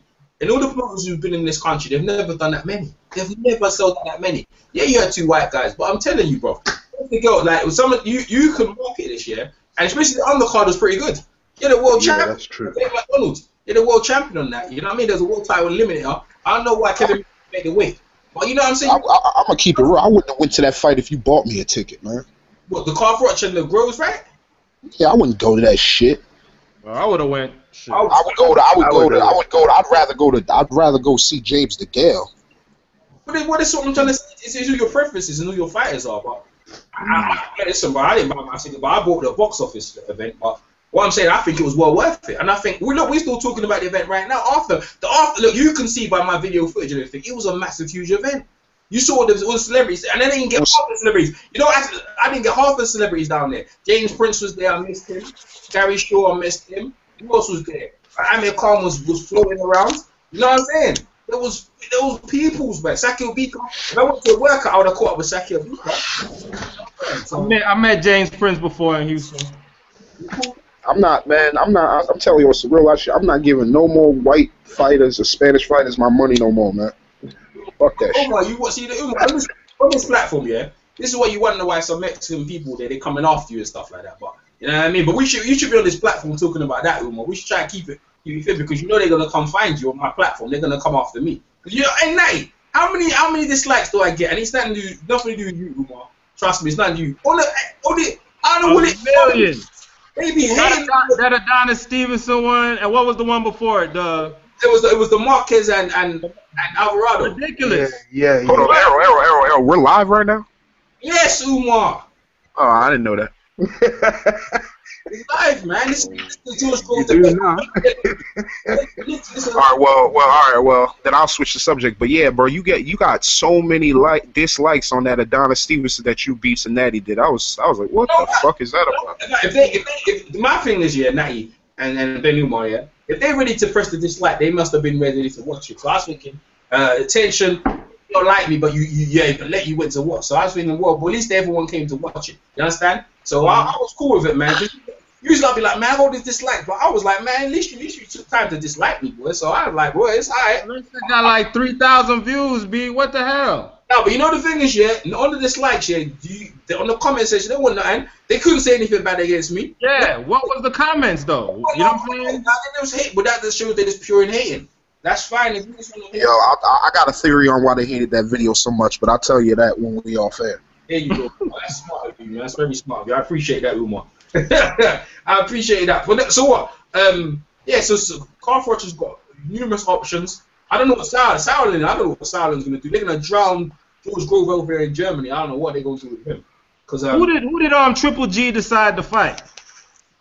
After that the Chavez Jr. fight fell through. Not too sure. He's still dealing with his dad. I think he's still dealing with his dad. Who died? His dad, right? He's supposed to be fighting soon. I know, but his dad died or something. Yeah, but he got over the grieving period. It was like a 4-month thing. That was a while ago. All right, so I don't know, man. Why did he was supposed to fight Chavez in July? Man, that's a shame. And that fell through. Chavez asked for too much money, apparently. Yeah. I think if Carl Froch strikes Triple G, he's got a chance of losing it. That guy's hungry, you know. He's got a chance of losing that fight. Triple G. I think Golovkin's a little bit overrated, though, man. I think he can back up. I think he can do Carl, you know. He might do Carl, you know. What's your take on that? What's your guys' take on that? Nah. I think he could be outboxed, but his power is real. Carl's power is real though. I think he's overrated. It's a great fight though. Yeah, it would, but I think Carl's power is sick, man. Speaking of Triple G, what do y'all think about Eubanks saying his son could beat Triple G's ass? Yeah, hey, listen, man. His son ain't no joke, man. His son ain't no joke. I saw him giving Froch the business in sparring. Yeah, he was, man. He was. Giving the business, man. Giving Froch the business. Yeah. I've got my own theory on Eubank Jr. That sparring shut a lot of people up. And you saw that Billy Joe Saunders. See, he's over there. See, he's over there with Matt. He's over there on. He's always signed to Box Nation. Eubank Jr. I'm talking about there. Yeah. Frank Warren ain't even touching that fight.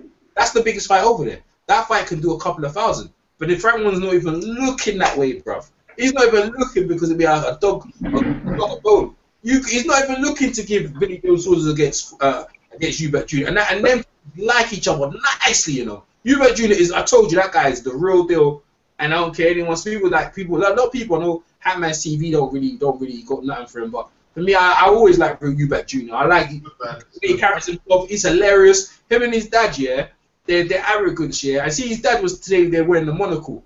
Bro, you see them man there. Look, when my mum sees them people there, she's laughing her head off. That they ain't bring, you know what I'm saying? The old timers come when they see the Eubanks come in, you know. Go ahead. I like Eubank Senior, but I think his son is a little bit overrated as well, man. Come on, let's be real, man. He was talking about he was all George Groves' friend when he wanted to fight James DeGale, and he had the sparring session with him and rare. Then all of a sudden he's against George Groves and he's sparring Froch for the Groves fight. I don't know. I think he's trying to make a name for himself, and any type of publicity is good for him. But I think because he hasn't fought anyone, man. No, but he hasn't fought anyone yet. But I mean, he looks like the goods.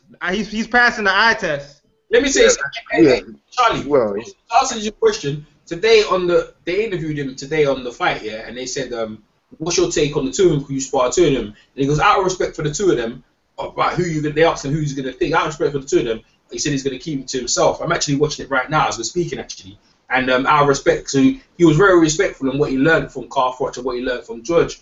His dad's putting in them sparring situations, and they also, he's paid James DeGale. That's for him to get better because he needs them sparring. Because you can see his sparring with Carl Froch. You see how Carl Froch rapidly improved. You know what I mean? Because Eubank Jr. has fast hands like George Groves, and what Carl Froch worked out was timing. Because as you know, when Shane Mosley fought Vernon Forrest, Shane had fast hands. But if Vernon Forrest knew about timing and he had more longer arms, that's what Carl Froch. That jab threw that shit all the way up. Yeah, what? He shut Shane up. Long jab.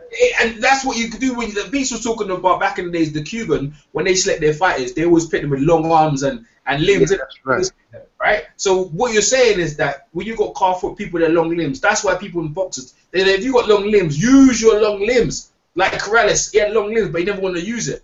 But that's when you use it. You want to fight on the inside. Yeah, when you got long limbs, use it. And Carl used it today. That's why I feel like Carl made the fight easier for himself. You get me? And what I'm saying, Eubank Jr., with his fast hands, he could imitate George's style. That's why he got the right sparring. But because George is so arrogant, who is he going to get in for sparring? Because now he's downgraded himself in management. And that's true. And it's not expensive as Adam Booth. If Adam Booth was in that camp, Adam Booth would have probably got upgraded the sparring. Yeah. Who get for sparring? Because George didn't look. Did George look significantly better in this fight? No, he didn't. No, he didn't. I mean, he looked like George. Carl looked better in this fight. Carl looked infinitely much better because of the sparring. This is what I was talking about Anthony Joshua and all the other people. Sparring helps. The sparring there.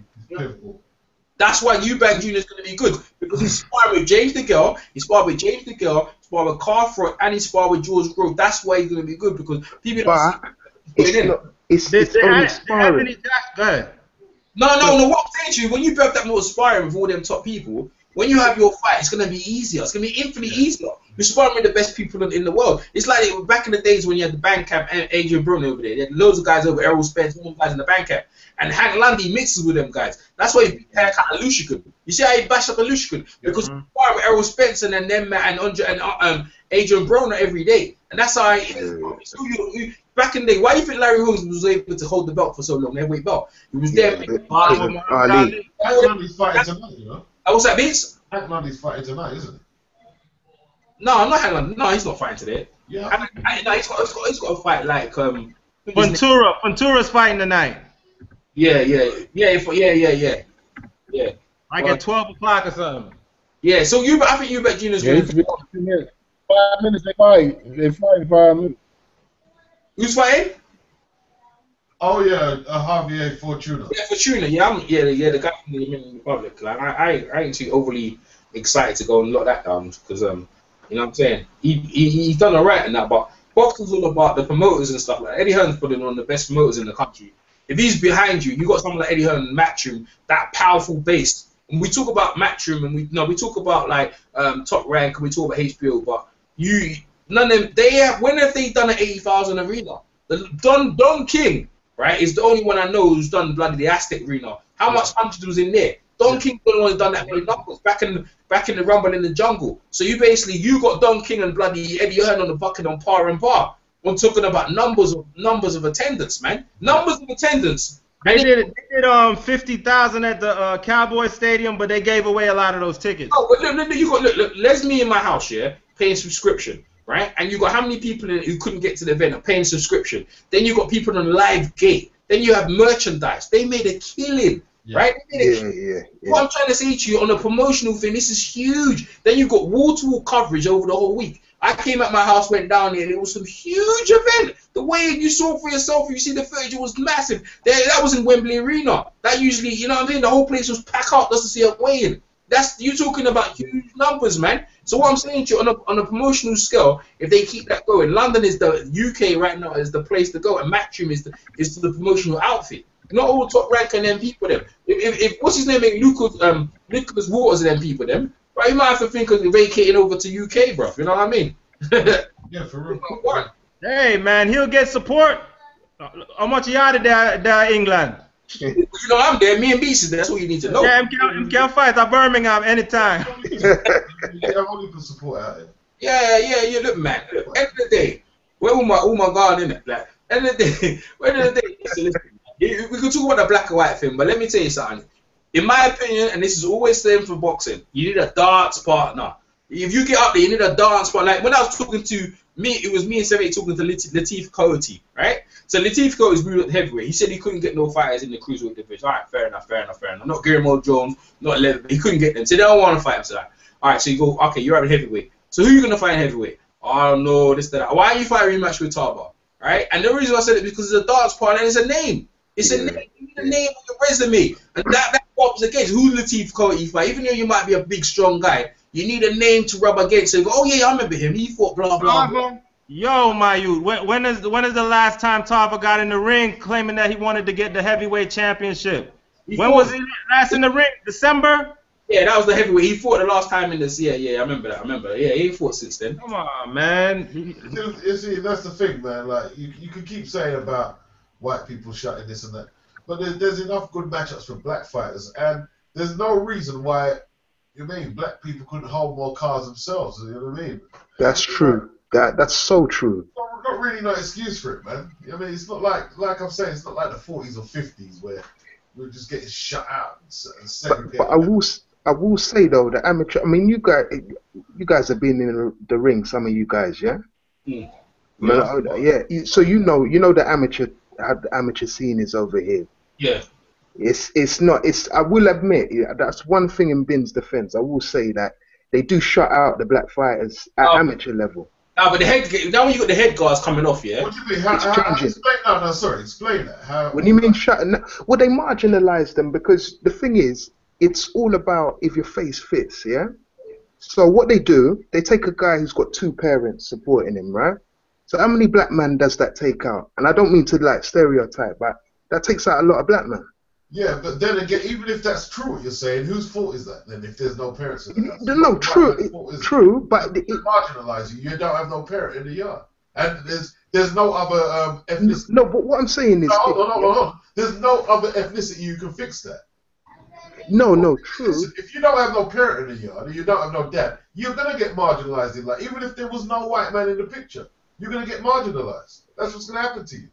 You reckon it's just because of the gonna one parent? If you don't have your no dad, and it's a problem, it's an epidemic. You're gonna get marginalised. Of course you can't. No, you're leaving a woman to.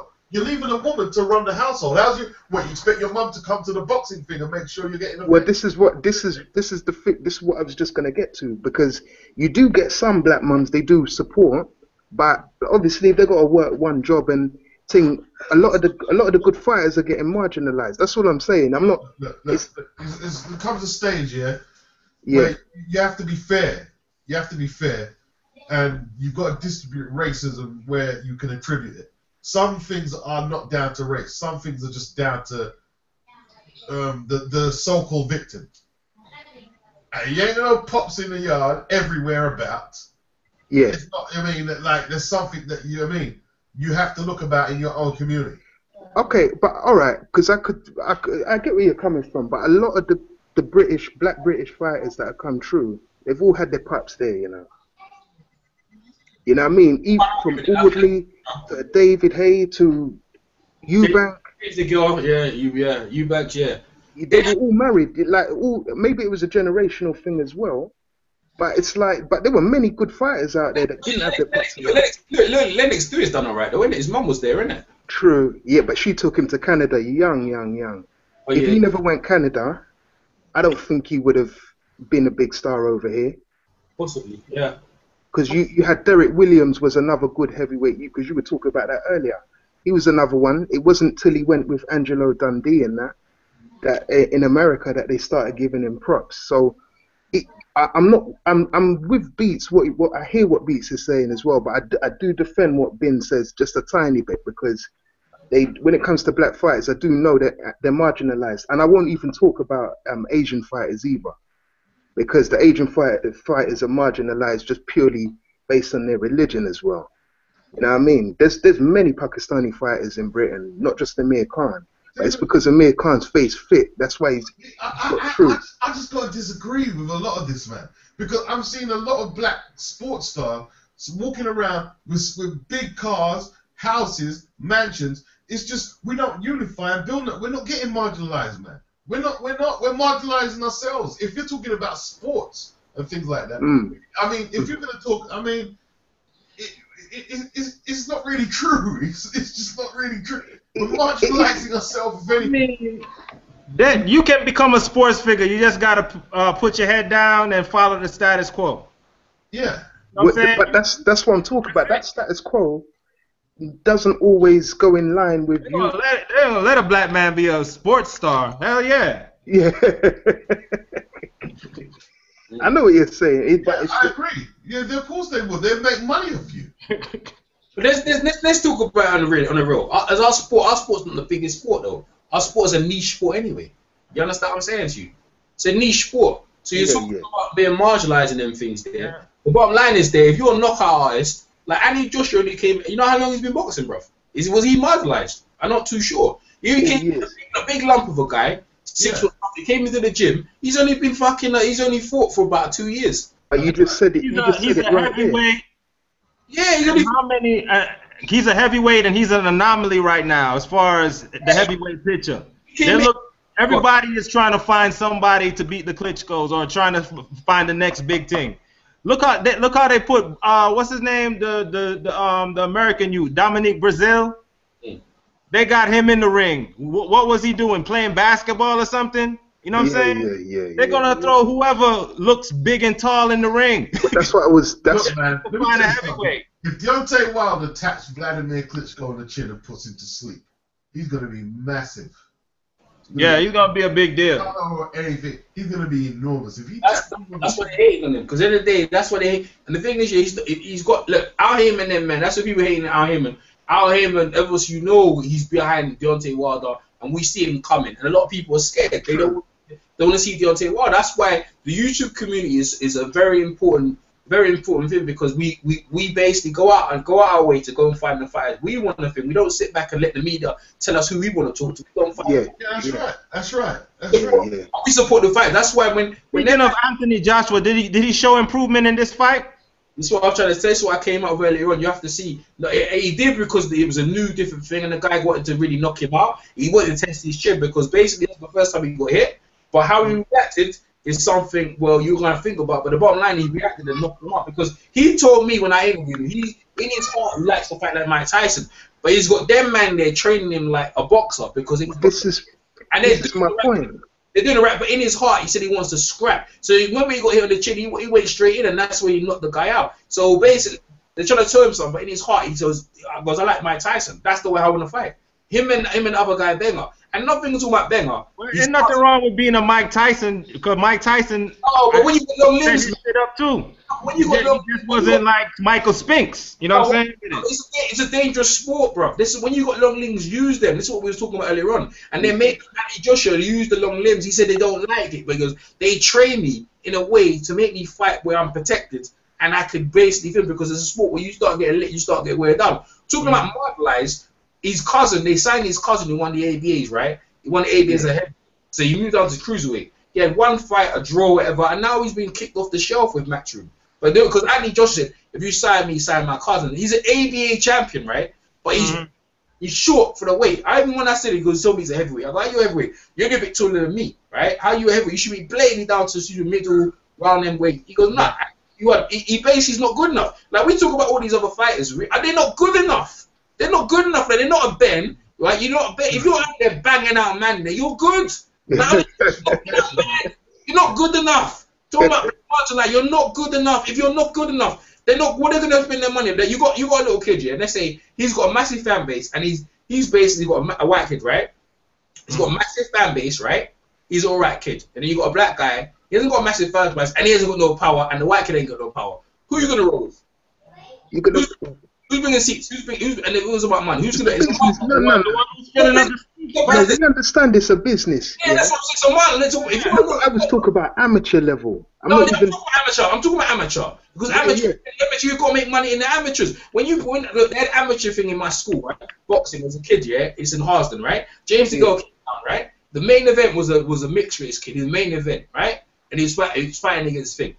When you come for the door amateur, you got a man at the door, and he's taking the money, right? And you see the Irish kids, yeah? Because there's a lot of Irish amateurs. Who pays the most money? It's the Irish. The Irish, they come in, put the most money. Yeah. No, I hear that. Yeah. So let's talk or be real. If you're a knockout artist, like Anthony Joshua, who came through the system, right? You're forced to put him in there. You are, because you're gonna make money from the dude. He's gonna clean out man. Like Ben was knocking out man then, but again, it's because of the way his height is and certain things. Now they made him a pro, but you go in there and then you don't knock out man, then you have a draw. Come on now, what are you gonna do with you? You know what I mean? But also, Nigel Ben was in the army as well. No, that ain't got nothing to do with it. It's just that ain't got nothing to do with it. Knockout artist, bro. He's a knockout artist. No, you can't deny people. You can't deny them. But when the cream comes to the box, you can't deny them. Like Rigondeaux, you can't deny. Like man, true. What was Anthony Joshua doing another sport before he started boxing? Yeah, he was playing basketball. He was basically, his cousin was one who took him to the gym. He was there playing basketball, just lifting weights, and it was cool. He came to the gym. They said, "Who the fuck is that?" They goes, "Yeah, mate, come in the gym, right?" And the coaches, because they were overwhelmed by his side, they started, because they saw the money. They said, "Like you saw, okay, let's go and give a further back, right?" Why do you think the people call Frank Bruno? Why do you think they specialize in Frank Bruno? I hear that. Listen, when Frank Bruno was coming up, right? Terry Lewis was sent him to Colombia to get his eye fixed, and it was an expensive operation because he was making an investment in the guy because he knew he was going to make money. Listen, he's also married to his daughter as well. No, that's not Terry Lawless's daughter. That wasn't Terry Lawless's daughter. Or Mickey Duff's daughter. I'm forgetting Mickey Duff. No, that's Laura. They're totally separate from them guys. Totally separate. She became his manager later. She's not married to none of them guys, right? What it is, if you're black and you have potential in sports, they're not gonna. They can make money off you if they can see you're really good at it. They'll make money off you. You know what I mean? I disagree. I think you're right about the ticket selling, but not about the ability. It doesn't matter how much ability you got as a black fighter. I agree. If you can sell tickets, that's why they're going to push you. But I see a lot of guys. Because the sports we're a margin, because we're a niche sport. Sorry to interrupt you, Beach. Yeah, go on. We're a niche sport is what I'm trying to tell you. A niche sport, right? And now this bigger stage here, now you can try and bring in the other black fighters. So because the dance partners, this is what I'm saying to you. The Hearns, Duran, Leonard, you bring the other dance partner in so you can rub against greatness to make them great. That's what you do. That's why James DeGale, I'm kind of upset because if they block him out, he ain't going to get a chance to become big time. But they marginalised Hagler for a hot minute as well. Yeah, but His pretty much his whole career they marginalised Hagler. Yeah, but Beast know that more than anything else, but you couldn't deny it. When he come to England, he didn't business, bro. He didn't business because he had people around him. You're still going to say they didn't care about who's this, that, the colour. And like you're going back 30 odd years, man, when he was in his 70s, man. Even worse. Yeah, it's true. They throw bottles at him, beats. Yeah, live past the bottles. I mean, in Wembley Arena where I was, but what I'm saying to you is that the reason because they love their guy, and English people, they're a bit low like that, but they didn't care about boxing. They only cared about their guy Minter. But what I'm saying to you is that you can't deny talent. Anthony Joshua is put himself in this position here because of you see the potential in him, right? And we haven't got no big guys like Ben. But you see when you got a Ben, Eubank, this and that, and you got what do you call it? Like fighters who transcend. They transcend the sport. You're in America, right? And Umar. And you saw Ben and Eubank. You love them straight away. And this carries. Let me jump on that subject real quick because I wanted to talk about that. Yeah, I love Nigel Benn. That's one of my favorite fighters. But I watched the Eubank documentary they put out not too long ago. That shit gave me a newfound respect for that guy. Because I know I used to hate on him. I got a newfound respect for him. Yeah, that's what I'm saying. And that's what it came up because it made you pick. That's what when they picked against her, it made you pick against them because their personalities. And it's all about the characters of your personality. And the thing is, yeah, they may generate money, and this is what it's about. Arsenal is almost like wrestling, right? It almost like wrestling. That's why I like wrestling as well. It's a character, you know them, and then the ability. And boxers stuff, and some of them they ain't got no bloody personality. Right, that guy had. I didn't even notice. That guy had 18 title defenses, bro. Why is he in the Hall of Fame? Who's that? Eubanks. Yeah. Exactly. Carl's actually going in there before him. Nah, because a lot of the guys he fought in the title defenses was terrible. They were terrible. Some of them defenses were terrible. I mean, you guys know better than me, but I saw when they told me 18 title defenses, I'm like, God damn, man, this dude deserved to be in the Hall of Fame. It's true though. That's why Spinoza's not in there. That's why Spinoza's not in there. He got more than him. Yeah, that's right. After he crippled Watson, Barry Hearn gave him easy fights. He didn't want to really fight like that. That's right. He was never the same fighter after that. So what I'm saying to you, Umar, and the rest of you guys, yeah, go on. You got factors into it, yeah. Like when you're nice, you're nice. This is what I'm trying to say to you. And now, listen to this now. Very important that they've took the headgear off. We can charter guys from the amateurs. You can't be denied now because you can see them. They ain't got no head guard. Like when I saw Reese about the head guard, right? You talk to the beach regularly, bro. That guy is nice, bro. That guy is nice, bro. I used to. Reese from when he was 18 at Repton. He was both at Repton. Reese is nice, bro. Like, this is big power. Did he tell you about his experience at Repton, though? Yeah, I'm not too sure where he got his point, but if you just watch Reese fight, Reese is smooth. Because you know him and be talked to him, it made you want to go see him. Because now they haven't got the headgear where you don't see a colour red and blue. Now you can get to talk to the guy, you can see them build them, and this is what could build the boxing game. It was a big mistake to put the headgear on, right? It was a big mistake to change. Now they changed things back. Because obviously they realised that was working for years, the format. Now you can try and build amateurs, right? People come out, go see them. And now we're going to, and England right now is the home of boxing. Like Frank Warren, behind those, Eddie Hearn, right? Behind Eddie Hearn in these big venues, big fights. This is big fights. This is what people don't understand. These are big mega occasions. Being a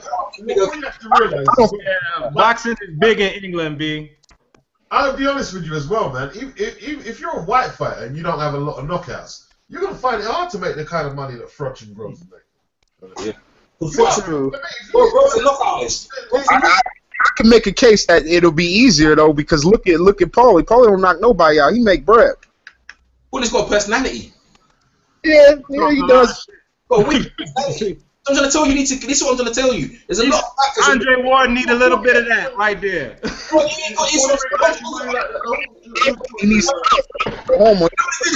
Andre Woods is on the model Floyd Weaver, where they try to overthink things. They think it's trying to be smart to overthink things. When you got Carl Froch who's ready in there, no, I'm not trying to overthink things. I'm just gonna go in there and try and knock your head off. Now, who do you like?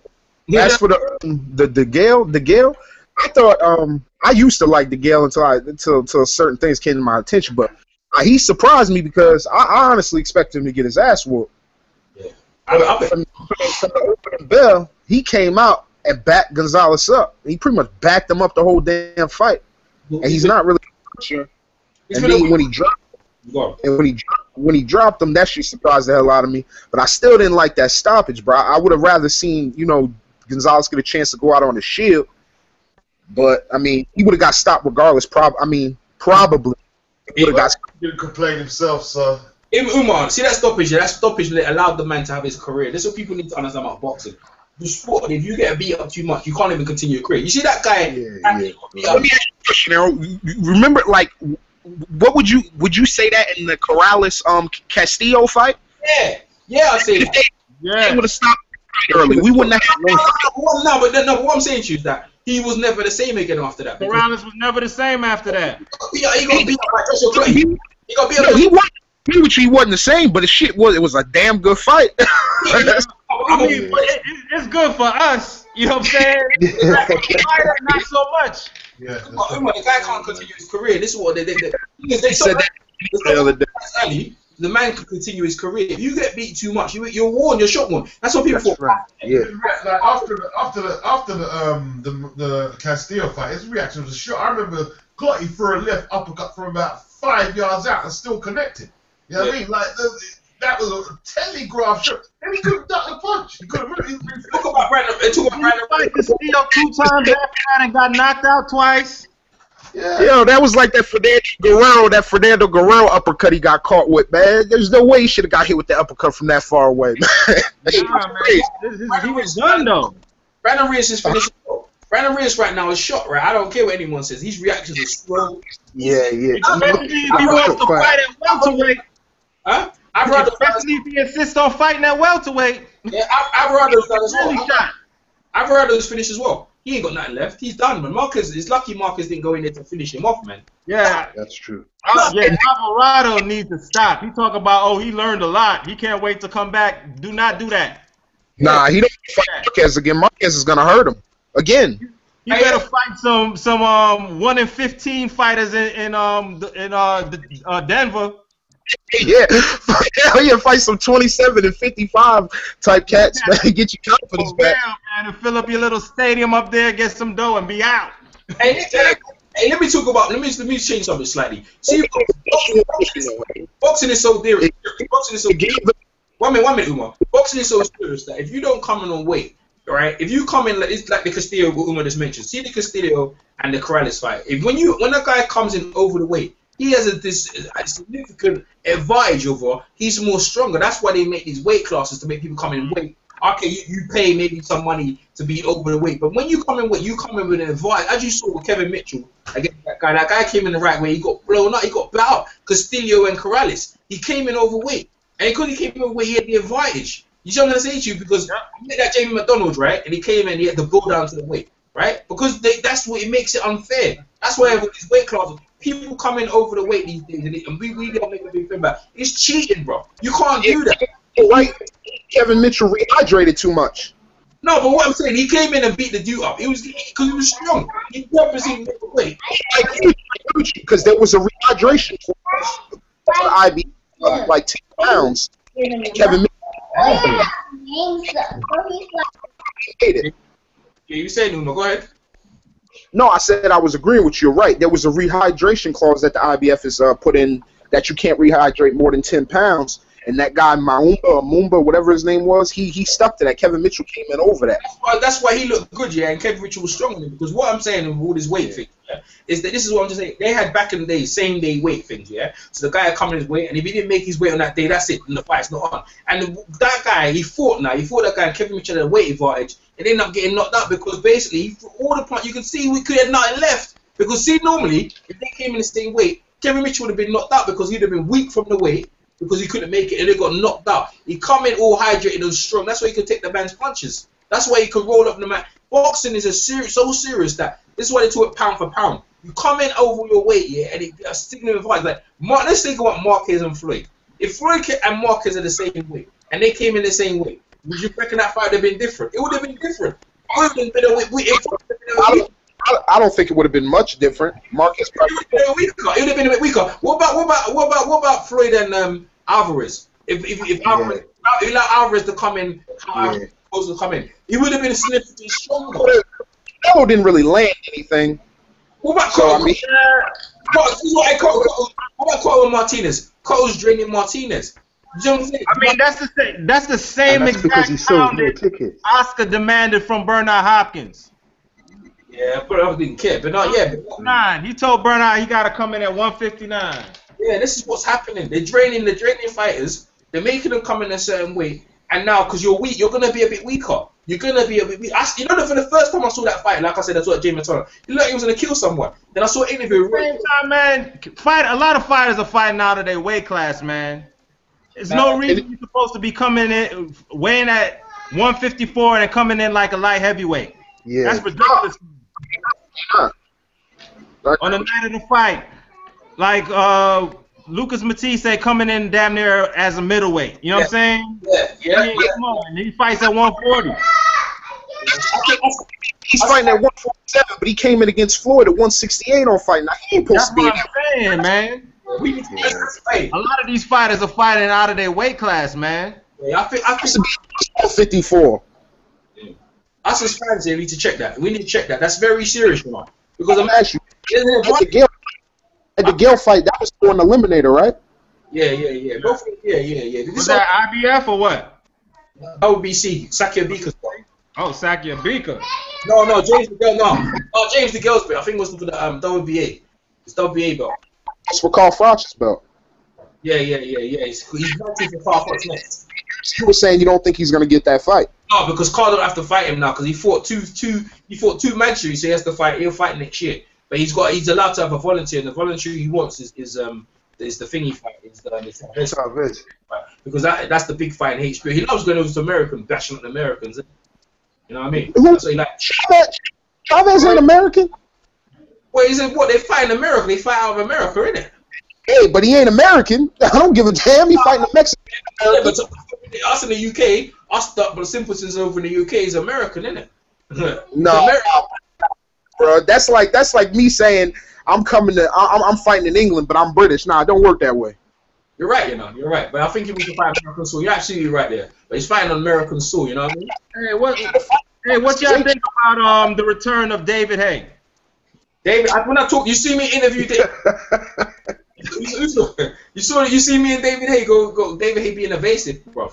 You know what I mean? Every time I asked him a question, the man was skipping up the guy. Yeah. Oh my god! I seen Hat Man go in on him the other day, man. He point blank said in an interview, "Don't ask me any questions about my comeback." You saw that. He said that to him, but he couldn't say it to me though, right? He said it to Coogan, innit? This happened before I started asking him questions. That's why Coogan was following him around. That's why Coogan tried to get. That's why Coogan was getting out, but I didn't know nothing about it. That's why when I was grading at him, he thought I was going to ask him for a picture. He shook my hand here and he realized I was going to ask him questions. I've got a gentlemen, so I'm going to be out of it. You're out of it, Beach. Thanks for coming over, Beach. Bless speaks, yeah? Bless him. Yeah, peace. Yeah, that's why when I came over, yeah, like he thought I was asking some questions. He was being dark. He was being amazing. You know what I mean? But anyway, you guys got anything else we want to cover? No, man. Charlie Brown? It all, B. Yeah, we have. Great day of boxing, though, man. Yeah. It was a good listen, man. It was a good night for boxing. Hopefully they can build on it. We've got some big fights in the UK. Hopefully, Carl Froch, maybe James DeGale can happen. That Donaire fight? Huh? Did you cover the Donaire fight? You watch it? But give me your thoughts on it, though, Ben. Go ahead. I thought it was bullshit because soon as Donaire's eye got cut, I never seen a fighter in a fight initiate a doctor. Like, he would just walk away from the fight and go to the doctor in the middle of the fight. When is that? Doing it. There was a point he got hit with I think it was a right hand, Yeah, right. Like he got hit because he hit the head again. If I was the ref, you get to just walk away. Yeah, he turned his back on his opponent. That's the same shit that Angulo did to Lara. They should have stopped that shit. And I knew what was gonna happen. I knew as soon as that knockdown came, that after the fourth, he was gonna find. He wasn't going no further. They got what they wanted. Exactly. I knew that was a setup, bro. Let me tell you, man. If that fight was allowed to continue, Simpiwe Vetekia keeps his title. No doubt about it in my mind. He probably would have outboxed him. I mean, Nonito Donaire, you know he's always a threat because of that power, but he was getting outboxed except for one punch, that one left hook. But besides that, he was getting outboxed. Yeah, man. I mean, I had the fight tied when it stopped. As far as the rounds, 4-4. The only thing that gave Donaire the fight was the knockdown. Yeah. I had it tied up too. But the knockdown put him up by a point. So I gave it, you know what I mean? I won the fight. But I thought it was bullshit. I've never seen a fighter go direct to a doctor. When you do that, the fight should be over. Yeah. And I'm not sure that the cut was caused by a headbutt. Me neither. It just doesn't. I didn't see no blood after the collision. But they were clashing heads a lot. But I don't know. I didn't see. I saw him getting fucking jabbed, and then I saw cut. It seemed like it was a left hand that caused the cut to me. Yeah, me too. I gotta look at the replay, but it seemed a left hand caused the cut. I'll tell you this: if he fights Nicholas Walters, he's getting killed. He's getting killed, and that's Nicholas is the what is he? He's the normal WBA champion, and now Nonito is the super. So if he gives him that shot, which he won't, he'll avoid him. He's gonna get killed. He's gonna have to get in there with him eventually. Nah, you show the flag again. Hey, nah, you show the flag again for the people then. Hey there. There, they can flag there for the people. What? Yeah, he gonna get killed. Go ahead, break it down. Go ahead. You're right. Nicholas was gonna. Hey, that fight's not happening. That guy's huge. I've never seen a featherweight that big in my life. Oh, Kellerman was clowning me. He's like, featherweight? That's a middleweight. He's huge. Darchini look big though. Hey, Darchini look big, you know. I ain't gonna lie. He look big. He's filled out though. He's a short dude, man. Darchinian. Yeah, but he filled out, man. But he looked he was handling himself quite. Darchinian's alright, you know. He's a right boxer, but his chin is. The moment you started that chin of his is too little, bro. The moment you hit, man come from all them. He's an awkward southpaw, but it took no time for Nicholas to figure that out, man. Hey, you know what? I should have bet money on that fight for knockout. I'd have got some change back for it. Yup, you should have listened to my video. You bet money on that? Nah, man, I just called it all the way down to the round. I said 5th round knockout, and that's when it came. Oh man, you should have bet money on your. I'm trying to make. You should have bet money on that. Yeah, you should, because I'm trying to say like this bit of £5 or whatever. I'm gonna get some change. You'd have got some change back, bro. You know what I mean? That's a solid bet. That's what I be doing. I almost bet $100 on Brandon Gonzalez, and I'm glad I didn't. I bet my money on Brandon Gonzalez. I got eaten up, bro. I couldn't go that far. I only seen the kid fight one time, man. I thought he was James DeGale. I thought he was gonna beat the shit out of him. What it is now, yeah? It's the upset. You see what I'm saying? That's an upset. You get me? Like who was on it? You're looking for the upset. So you're looking to make some money off the upset. You wouldn't get no other money if you bet on James DeGale. You wouldn't get no money back. Not really, innit? Yeah, exactly. You don't get no change back, man. You know what I mean? But you know James DeGale. Honestly, like James DeGale, man, he bum rushed at you, bro. That you bum rushed, man, for real. Hey, it was a great fight today, man, and hopefully more to come. But you know what? I think I'm gonna stay up and watch that Ventura shit later, man. You coming on later? Yeah, man. That Ventura. Yeah, hurry up, Ventura. So it's on at 11 o'clock. If I'm still up, I gotta be at work early, but I'm gonna see. You peep this Natty. You peep that every time an American goes to England and wears the American flag, they end up getting fucked up. Really? Yeah. Happen with Jeff Macy, only in this era, bro. You in like back in the days that wasn't the case, bro. It's like he was a whoop our ass. I'm talking about whenever on their trunks, they get they ass handed to. Hey, Terrence Crawford, B. He did his thing. Oh yeah. American flag on his trunks. Okay, we'll take. Okay, yeah, he did. He did beat Ricky Burns. He beat Ricky Burns' ass. Shit, I was disappointed, man. Fuck. Told you. When they're good, if they're nice, you can't hold down talent. If they're nice, man. If they ain't that good, then that's where they're gonna get beat. Simple. I heard you, Daddy. When does that Fortuna fight start? I think 11 o'clock. All right, I'm definitely gonna be on HBO 2 and HBO Latino.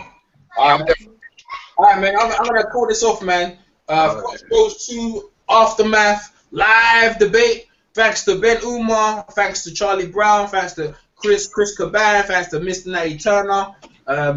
Thanks to Boxing Beats and Rams, man. Appreciate you guys. Leave your comments. Subscribe to these guys' channels. All up, Natty. Remember, all up, Natty. Hold it. Hold it 1 minute, Natty. Hold it up for the people. Then. Holding up the Take your flag there, Nicholas Waters. Yeah. Yeah. It was a great debate. God on business. man. Shout out to all the Jamaicans. All right, guys. Yeah. Shout out to them, man. All right, peace. Bless you, man. Yeah. Peace. Bless up. Peace.